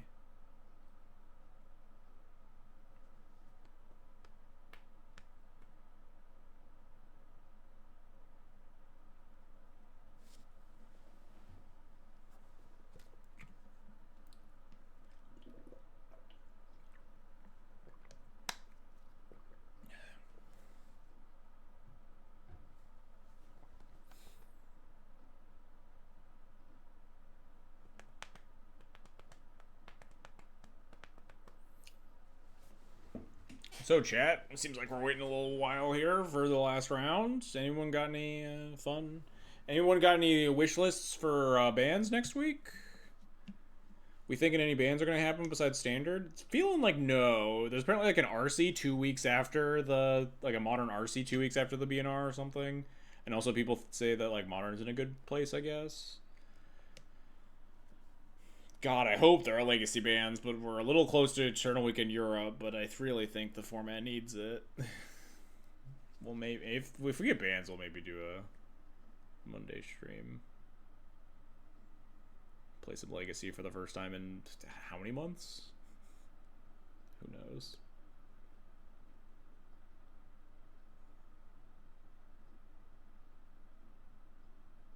I don't know. I'm not a modern. I'm very far from a modern player, but I am an Amulet Titan hater more than I am a modern player by far. And I saw that Amulet Titan was like the most played deck at a recent modern event of some kind, an RC something spotlight series. I don't know. And I don't know. I think they should just take Titan out back. I don't know what they need to do to it. But that deck is just rancid vibe. We want to talk about bad vibes decks. Titan's awful. Amulet is unironically tier 0 right now. That does not shock me to learn. It's like also like barely a Titan deck anymore. You're just like a Aftermath Analyst Scapeshift combo deck that can also just Titan people. Has an amulet been the best deck in Modern for like a decade, only really held back by play skill and quantity? I don't know if you're doing this intentionally or not, LHC Dash, but like this is sounding like someone who is earnestly saying the amulet meme. But you sound so like just like this is like earnest about it that I think you're being serious, which is maybe funnier. Which is like I don't think you're necessarily wrong, but it's just so amusing that someone has like potentially organically recreated the meme. You don't know the meme? Hang on. Amulet Titan has remained tier 0.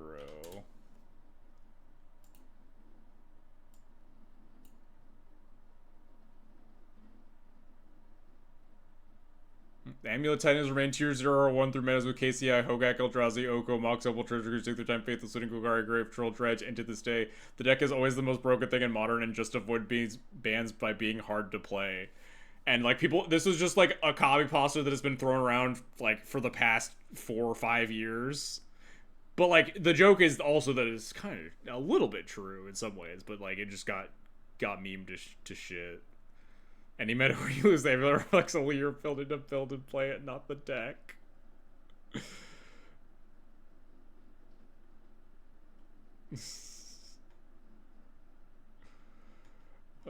But yes, it is kind of true, especially right now, I think. Also really not far off. Yeah, exactly. The funniest memes are the ones based in reality.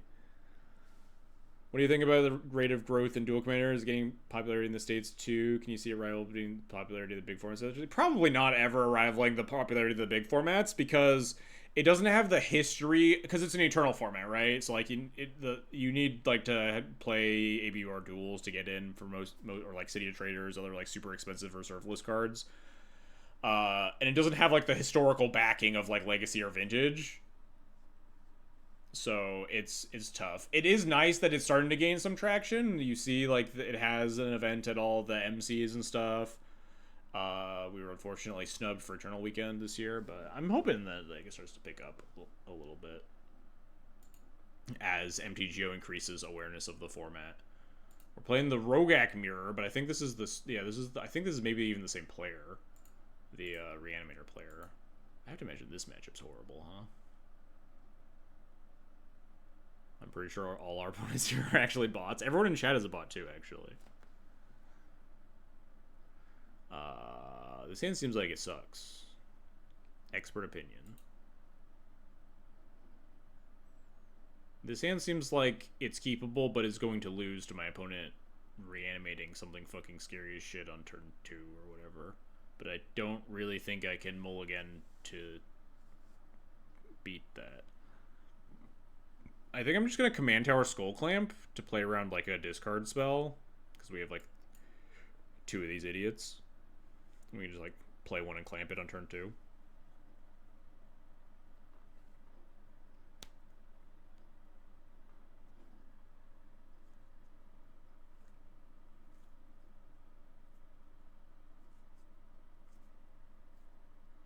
Don't really know what my plan is beyond that, but oh wait, I'm mulled to 6. What am I bottoming?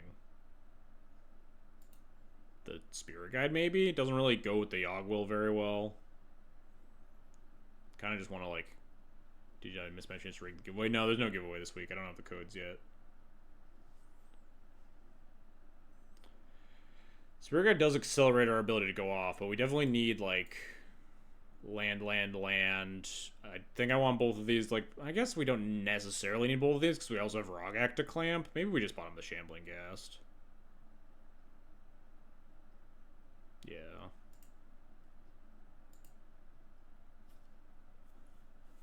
I guess clamping the Shambling Ghast is kind of like a Simian Spirit Guide, though.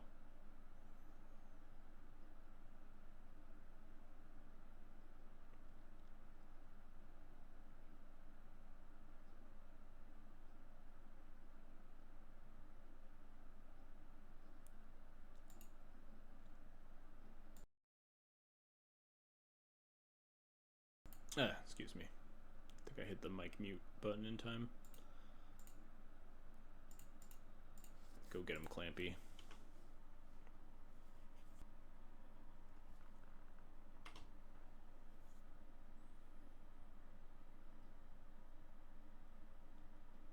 wonder if we're supposed to Simian Spirit Guide out the clamp turn 1 to play out discard. Player on discard. Wait, what? No, like, clamp the...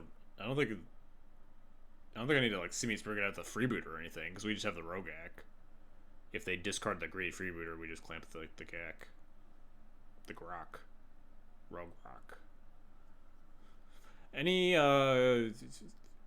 word knowers? What's the etymologists? I don't know. Rograkh? Fetch Bayou. We want swamps because crop rotation goes and finds. Because we have the green source already in the command tower. But we also have a bunch of red already because we have Spirit Guide. It doesn't matter, it's not in play long enough. Yeah, that's a good name for him, huh? Oh, I didn't need to fetch, actually, technically. I was thinking... Oh, no, I'm playing the freebooter, right? Never mind. Too bad we don't have a Bojuka Bog, huh? Just for exactly this scenario specifically. Let's scribe one first, I guess.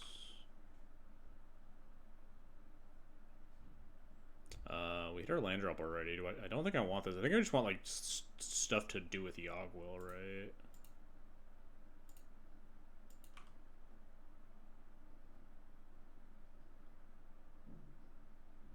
We found our Shambling Ghast again. Do I clamp the Rograkh? I don't think so. Because I can clamp the Rograkh at any time for free, basically, right? Because the treasure token's a temporary mana source. If I could untap and then clamp Rograkh, and it would be the exact same. It'd only be if I think that they were going to blow up my Skull Clamp or something.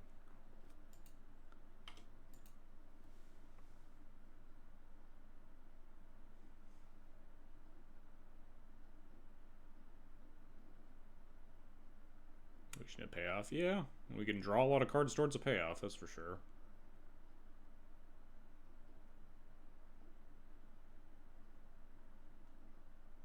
Put a card on top, not great.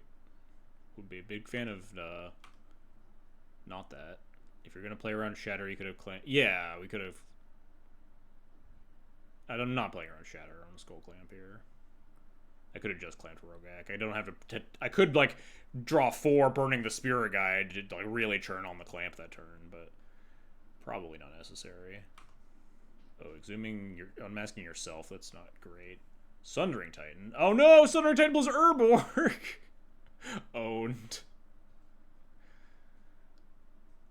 Wait, how does this work? Does it target? No, so we can't crop. We can crop rotate the Bayou into Lake of the Dead. Oh, no, then it's still Urborg. It's still swamp shit. We can crop rotate the Bayou out for a non-typed land if we want to keep a land in play, right?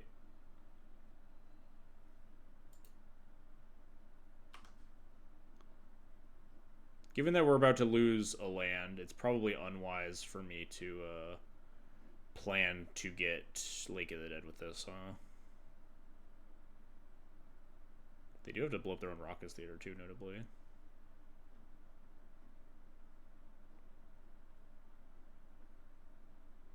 But yeah, I think converting the treasure into a real land is fine. It just, I don't think... Tower makes black now, though. Well, my tower's gonna... Oh, my Phyrexian Tower. Yeah. Alright.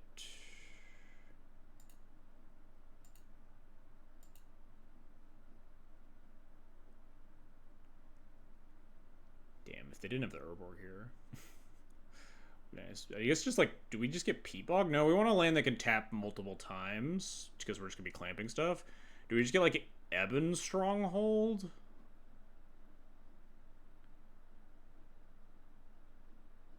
Maybe Crystal Vein? Crystal Vein combos with Yogswell better than Ebon Stronghold does. And we have Tower for enough... I guess we don't actually have black mana. Oh, no, because they have Urborg over there. Maybe we just get Crystal Vein? Because it's like the best synergy with Yawgmoth's Will to produce more mana. Although we are... Ooh, Saga? What does Saga do? I guess it blocks, huh? Sokka doesn't actually get a lot of interesting things. I guess it gets Drum. Or Bobble.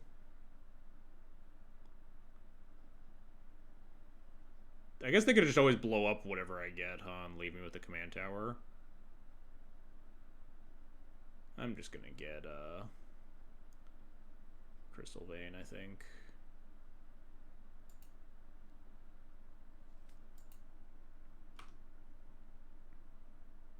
And they'd probably shoot the command tower. No, they shoot the Crystal Vein, sure.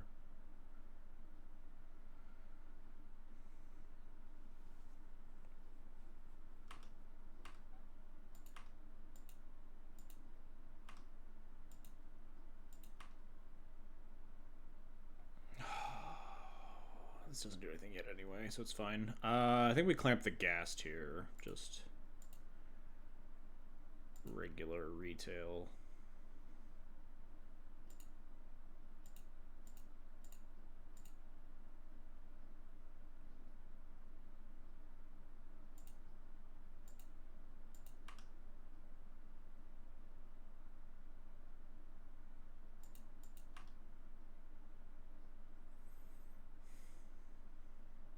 Things are starting to look a little bonus roundy in a way that I don't much care for.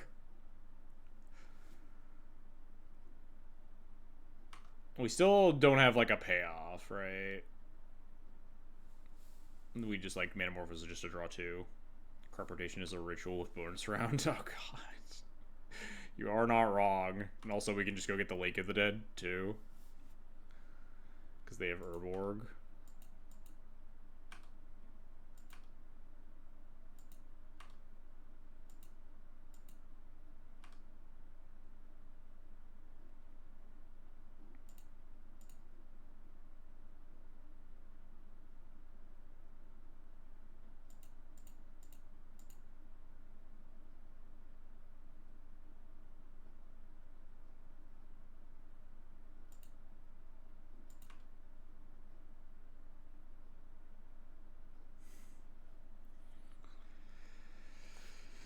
Still nothing, huh?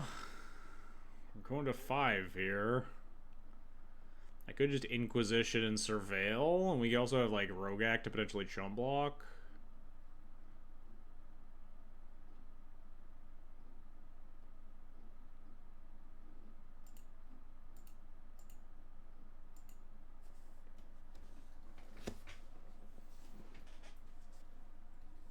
Troll of Khazad-dûn.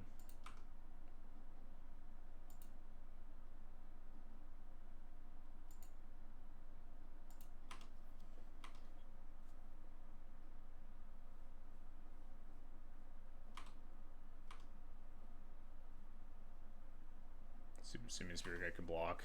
This is true. So we could even cast Spirit Guide to put Clamp on it.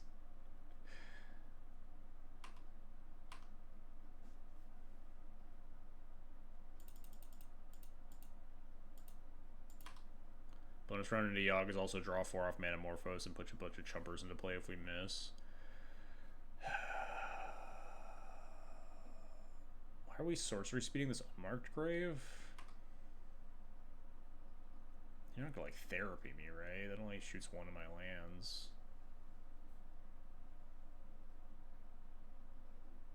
They're just putting a card in the graveyard to try to kill me next turn. Because Unmarked Grave is sorcery. Yeah, I mean, yeah, but I mean, like, you could attack first, but I guess it doesn't really matter. This means that, like, top decked,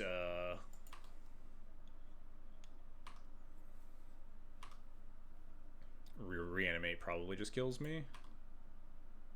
But also, like, if we make a bunch of mana, we can also, like, clamp the 1/1s a bunch, even if they don't make treasures, because the Yogg will. They can just, like, draw me more cards. Let's get Raucous Theater. This has to do it, right? I have to imagine that this can kill here. I don't know how. You can't clamp under Yogg for cards. Fuck yeah, you're right. This has to be a kill. Surely.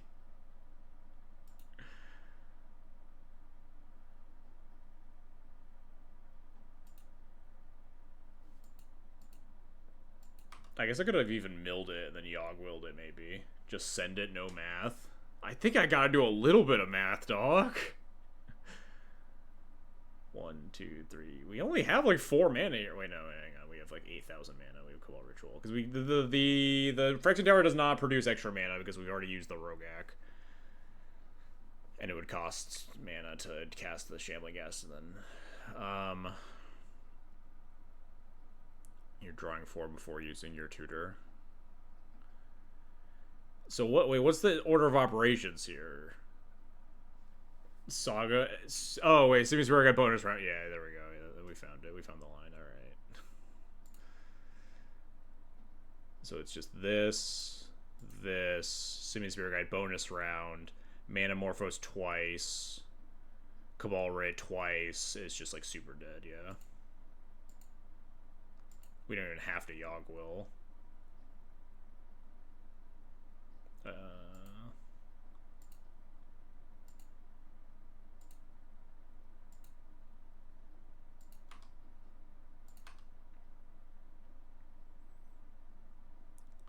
Black,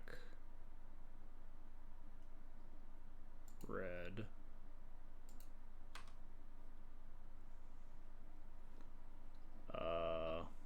black, red. Yeah, they're just super dead.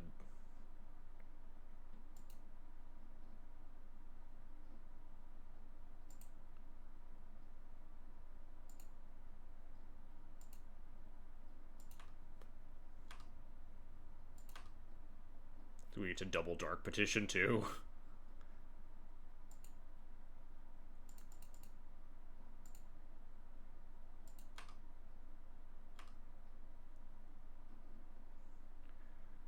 What's the next best fucking ritual at this stage?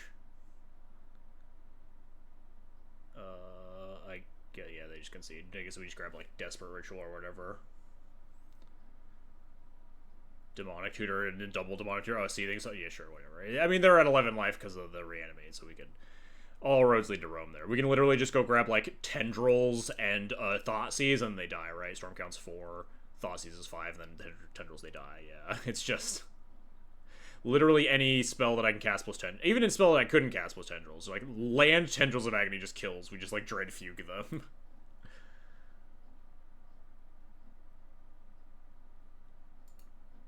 We could have killed them from, like, 60. Yeah, probably. Bonus round gets really fucky. We could have killed them from very high. Like, Yogg-will, double Manamorphose, double Cabal Rid again, double Dark Petition. Go get more rituals. Triple cast those because we cast a bonus round at some point. We probably like triple Demonic Tutor down the road. Yeah, they're like we probably could have dealt maybe like 100 damage or some shit. The world was our oyster there, especially after hitting the Dark Petition.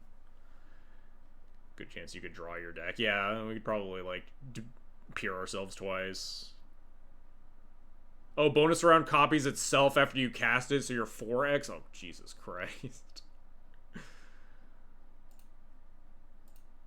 don't even know why I pop out our commanders. This is the least commandery dual commander matchup of all time.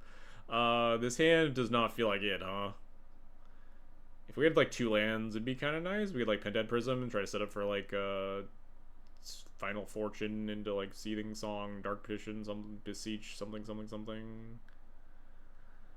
But as it is, it's a 1-lander with a Fatal Push that's useless, so I think we can just ship it. No Black Source. Technically Black Source. Bowmasters is good if they have exactly Grizzlebrand, but that's about it. I think we just keep this in bottom. Although Bowmasters is good with Skull Clamp, but we have like Rograkh and Greedy Freebooter, and this costs 2 mana. And we don't have black currently. I think I'm fine doing that. Another game where it's like, damn, I wish I just could get Bojuka Bog with this crop rotation, but it's like super narrow and oh no, my Skull Clamp. Well, that's not the best.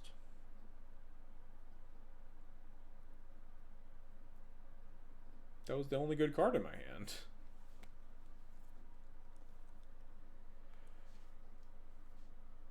Shocked. Ugh.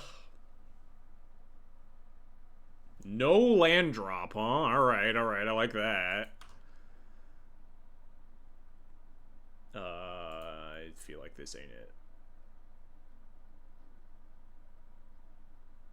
You don't like that? Well, I mean, it means that we're not fucking dead. Maybe I do want this, and I just, like, crop rotate for Black Source? They can't have reanimate. That card is banned, Luanil. Come on, get your shit together. I do kind of maybe want to, like, Dread Fugue their 2-drop reanimation spell next turn, though. We kind of have to crop rotate for Black Source anyway to, like, cast our shit. Maybe I'm supposed to just keep this. And just rotate my Dwarven Ruins for Badlands and Dread Fugue them. And then just start casting 2/2s and beat them down. It'll be a great plan, trust.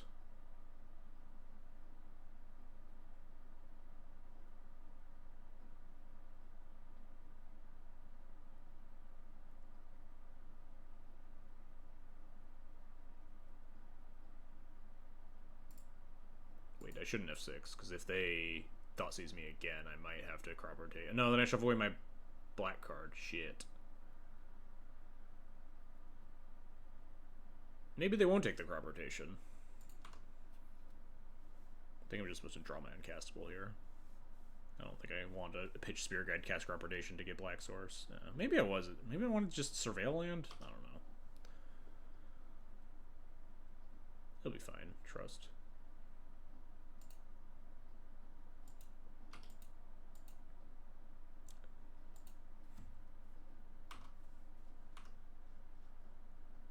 Wow, land into land off the top? Where's my land into land off the top?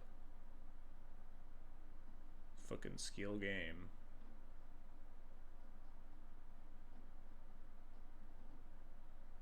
Maybe I was supposed to like pitch Spear Guide, rotate for Surveil. We should have like nothing, but I guess currently we also have nothing.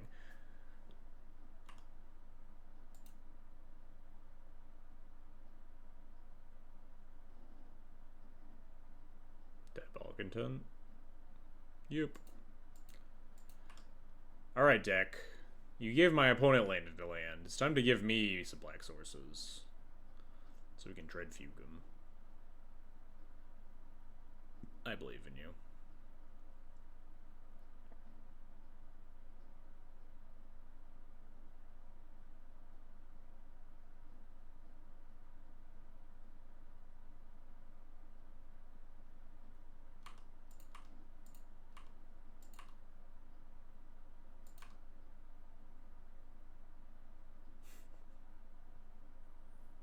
I mean, we technically have a black source, right? Do we? Are you sure? I mean, if you're counting Greedy Freebooter as a black source, then maybe. Yeah, this one's unfortunately not dying anytime soon. I think we're just gonna lose this game. I don't care what old land that is. Dwarven Ruins? You don't know the creative technique special? This just seems a little unreasonable. I'm gonna say I think my opponent's top 3 cards were a little bit better than mine.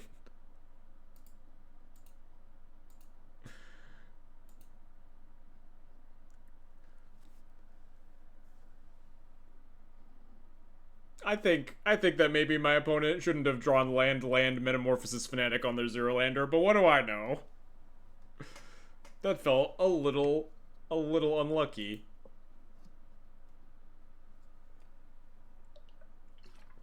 God, this fucking Tainted Pact. God damn it. I mean, I have to keep this. Hand's great. I just, like, gotta figure out what to do with this Tainted Pact. I'm just gonna duress on turn 1. Hand is extremely keepable. Maybe they'll just, like, Thoughtseize, have 2 Thoughtseizes and take my Tainted Pact.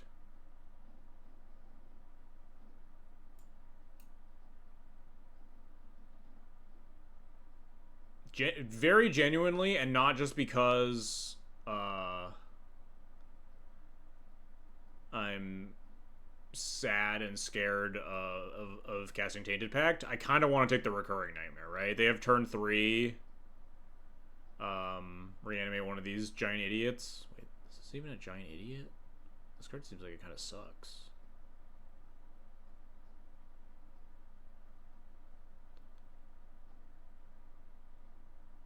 I think I'd like let them Inquisition me, and then I think I take the Recurring Nightmare. Obviously, they have a bunch of reanimates in their deck as well, which is not that great for me. Hey, Benjamin Wheeler, thanks for the raid. Much appreciated. Welcome, welcome, Raiders.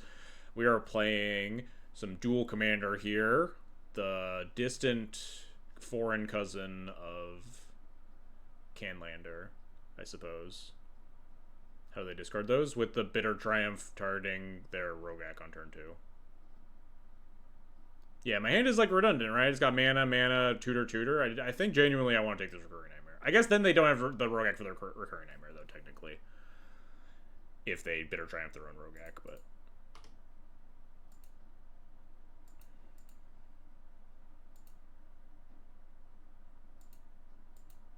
We are fumbling through this Storm deck versus Reanimator. What's Duel Commander? It is a 1v1 commander format. Singleton, 99 cards, play with commanders, slightly different rule set than traditional commander outside of that. What they do? Scalding Tarn, Inquisition. No power. It has a similar, I guess not very similar ban list, but it has its own ban list from regular commander. A lot of the cards are banned. It's between modern and legacy and power level, I would say. So, like, none of, like, the huge power outliers. I have no idea what either of those sagas do, or if/why you could reanimate them. They're both saga creatures from Final Fantasy.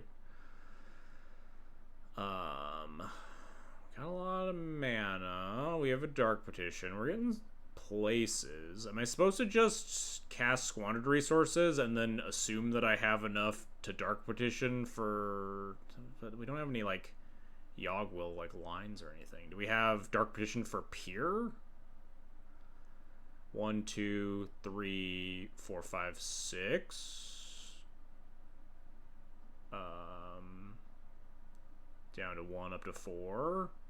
Every land is an extra 2 mana, so it's a little it wouldn't be a turn 3, but I think that does mean that I want to fetch a Surveil land, and then the turn after that I can just cast Strike at Rage plus Squandered. I think it is unlikely that I can go off next turn. Strike at Rage plus Surveil. We can't do both because we have a basic swamp here.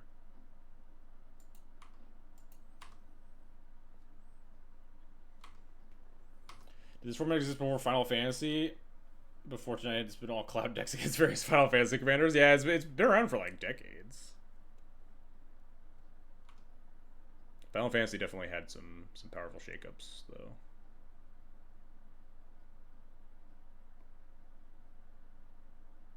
There's my opponent's Looter.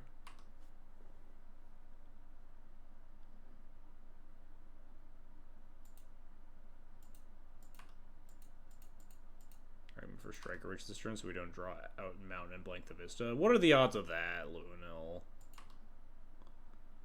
Like 0%.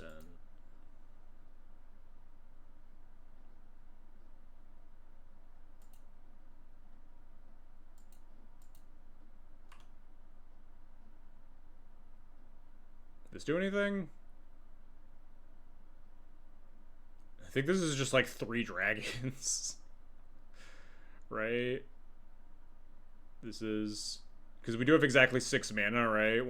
No, because we haven't cast the Squander Resources this turn, so we don't even have 6 mana. I think we just mill.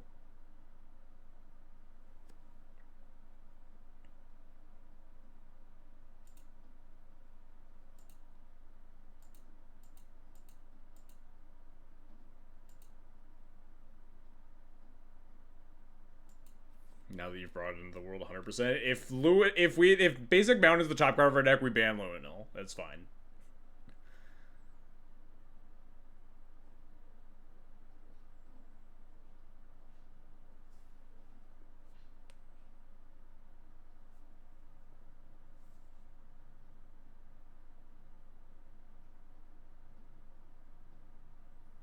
Am I supposed to Strike It Rich, or do I want it as like a 0 mana up the storm count? It would be worth it, honestly. It is nice that both of my opponent's current, like, reanimator targets aren't actually that scary. I guess the Bahamut is a reason to maybe not make a treasure token as well, because it can blow up my treasure if they find another reanimator.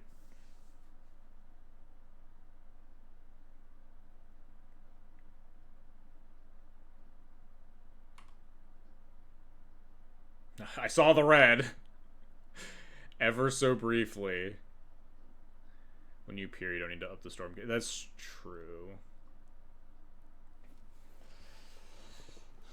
Storm count. Yeah. You're all correct here. Let me just like do some math here. If we play the Squantum Resource is also just gonna get blown up by the Bahamut, not the fucking Strike It Rich. So yeah, we just cast our spells this turn and hope for the best.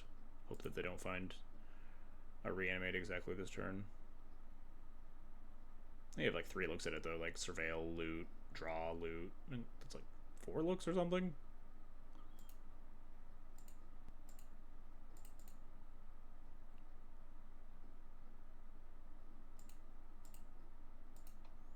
Don't kill me.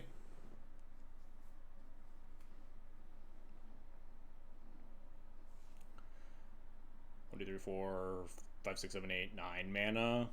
Dark Petition down to 4 mana up to 7 mana. Yeah, that's exactly enough. We have exactly enough for Peer here.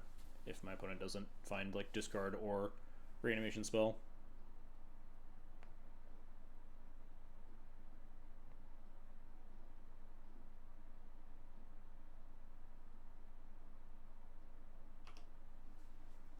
Although we have Peer with no land drop.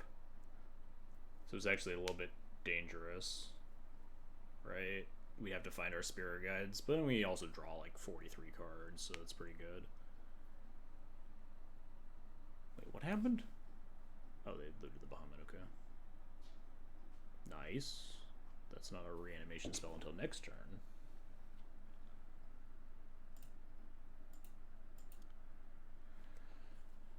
Alright, we won't fizzle trust. Alright, good enough for me. I mean, we literally just have to go for it. My opponent will just Bahamut my Squander Resources if it doesn't work out, so...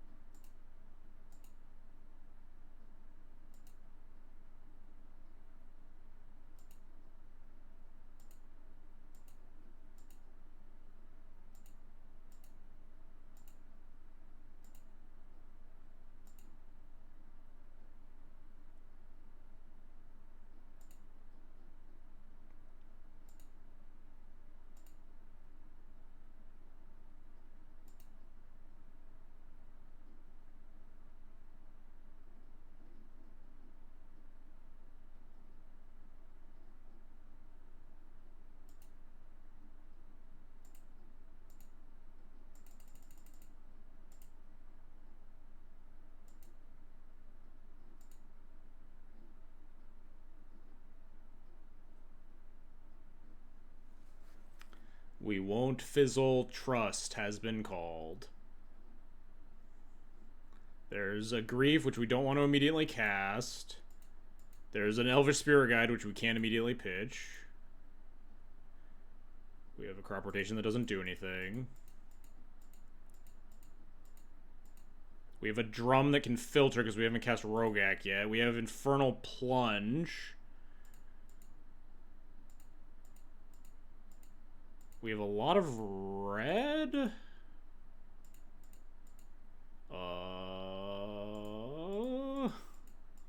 Hold. Please hold.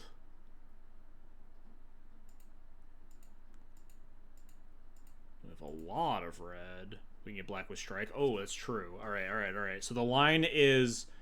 Can we get red without Rograkh Drum? I don't think so.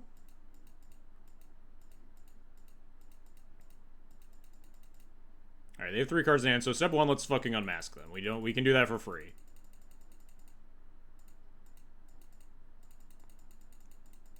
Where'd my mask go?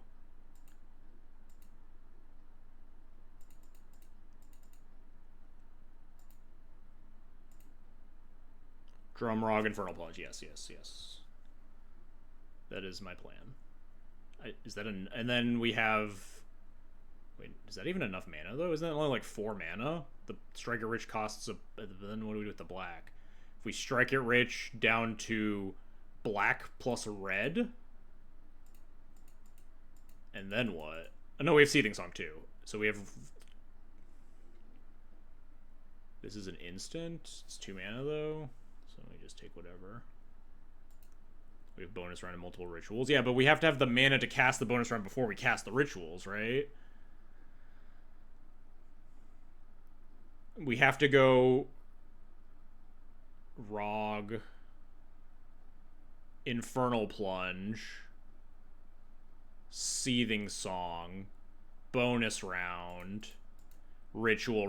Okay, yeah, that's it, right? Drum, Rog... Plunge... Seething Song, bonus round, ritual, Strike It Rich. Okay, yeah, we did it.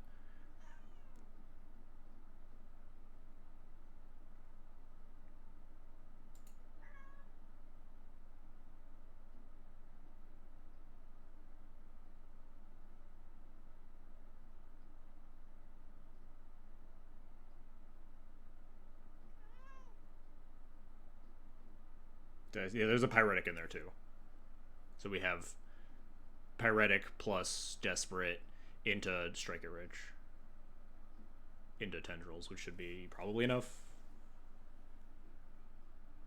We can also at that point start, like, probably casting some sort of tutor. Who's the turbo deck now? I mean, this was a turn 4 kill. I wouldn't say this is terribly turbo, but...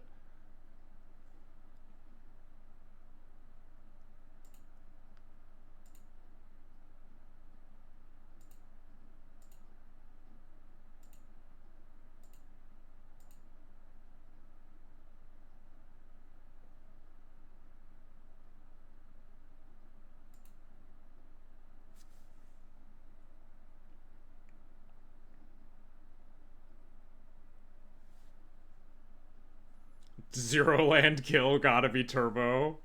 True. Yeah, turn 4 kill against an opponent also didn't do anything. Well, in fairness, we did discard spell them, otherwise they could have made a giant thing on turn 3. They discard spelled me, and I discarded spelled them, and they discard spelled me, so, like...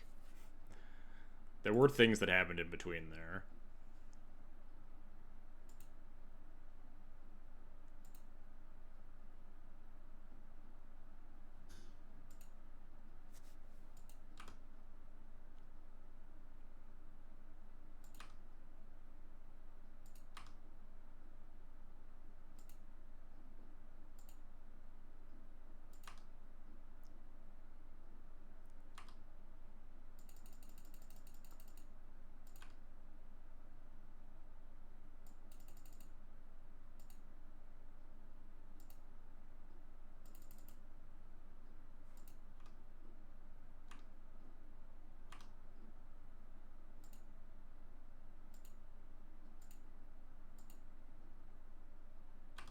Casting this for good measure.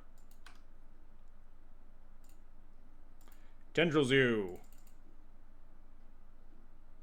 Oh shit, we get another Tendrils? Let's go. The bonus round extra Tendrils. We did it! Strike It Rich was really good there, yeah. We had a bunch of red mana. Alright, let's go. Got a tidy 4-1. Pretty good results with my complete inability to pilot a combo deck. Losing to a mixture of pilot incompetence and kind of the nightmare blue-white all flash threats counter spells matchup. Kind of pretty happy with that, in all honesty. Pretty sweet deck. Lifetime X and O on Doomsday? Absolutely the fuck not. I played that Doomsday League so badly. This is the end of the white decks now. I'm going to get into all the Storm Discords.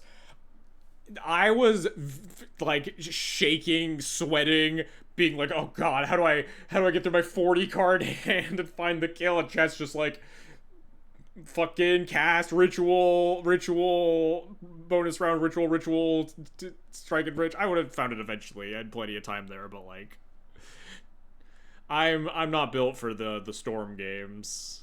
My brain just does not operate on that axis. I suppose in thinking about it, I was thinking about just like having a bunch of red mana, and it's like the Final Fortune does also act as like a kill, same turn kill with Elemental Eruption or Stormscale Scion turns if you need it. So like maybe that's like another reason to have access to it. But like if you're tutoring for the Final Fortune and you have enough Storm for Stormscale Scion, why didn't you just like tendrils them? So maybe that's just like kind of made up. Anyway. Do you like Lier or Rog more? I think genuinely I liked Lier more, but that's just 100% because of deck familiarity. Because I had played against Lier so much that I at least was familiar with a lot of the lines and decision trees and stuff. Like, playing Lier cold, I would have never seen, like, the upkeep, high tide, fetch, Mystic Sanctuary, high tide again lines, but, like, I knew that going in because I'd seen it happen to me. I'm so unfamiliar with the Rog deck that just, like, all of the lines that, like, come naturally to play people that have been playing this deck are just, like, I'm fumbling around trying to, like, add up basic, like, Yawgmoth Will math. This deck also just operates on, like, way thinner margins than the Lier deck does. The Lier deck is just, like, entirely built around cantrips and, like, pure redundancy, and just, like, when you're going big, you are just kind of just gonna make a million mana, draw a million cards, and win. This deck is, like, oh, you miscounted by 1 mana, and now you're fucking dead, because you just, like, cast 5 rituals, and you didn't actually factor in the fact that you had to, like, you recast the Yogg Will because you didn't have the Beseech or whatever. The storm math is way harder on this deck, I think. And I am really bad at storm math. Hey, Ariane, thanks for the resub. Are you gonna keep streaming? No, I'm literally about to end. Please do not raid me, Harain. I'm literally wrapping up the stream. Pretty familiar with Food Storm, even then I have to do the math every time. And this thing is all weird singletons? Yeah, exactly. I think this deck is really fun, though. I think, like, having played it now, will happily recommend this to, like, if you're, like, storm-brained out there, if you enjoy, you know, you play, like, Tess or Ant in Legacy, or, like, the, you know, Storm decks in Vintage, the Storm deck in Modern, even, like, this deck feels very reminiscent of Ant in that it is just all, has a little bit of interaction, a bunch of rituals, and, like, some payoffs and tutors for those payoffs, and you just kind of count to 10 and tendrils them, and you'd have some, like, empty the Warren-shaped backup plans in reserve, stuff like that. It felt good, though. This deck is definitely, like, is a powerful deck. It is not, at least in my very, again, small dip, low experience as a Storm player feeling. It didn't feel like the unbeatable boogeyman that you just need to be, it'll just kill you dead. We had a lot of games where, like, we would have died to my opponent having a turn 4 Goldfish as we, like, slowly started to, like, set up our stuff. And also, we had some games where you killed the opponent on turn 3. So, you know, you win some, lose some. But it's not like we're just, like, killing the opponent on turn 3 every single game if they don't have anything to disrupt. It's definitely a powerful deck that you definitely want to respect. If not online, because no one seems to play it. It's definitely a deck that can and does exist in the field as one of, like, probably the premier combo strategies. Anyway, it's gonna wrap it up for me here. Let's go raid. Since Harain appears to be ending his stream, we will not raid Harain. We will raid Dissolutionist, playing some Vintage, it looks like. But yeah, thanks everybody for watching. Hope you had a good time. We'll be back next week with some more regular Cloud content. We'll see if the BNR for the non-dual commander formats has anything to say about whether or not I stream some Legacy. Who knows? Probably not. I'm not holding my breath. But until then, shoutouts again to Blinky Mans for the dono. And if you want to see another deck, please stop donating for Storm decks. Please donate for something about Wheelhouse next time. We're happy to play anything. People that want to donate the 30 tickets for it. But if you want to donate, just DM me on Discord or Blue Sky. We can talk about playing whatever deck you want to see me play next. In the meantime, have a good day, night, whatever, wherever you are in the world. And I'll see you all again next week.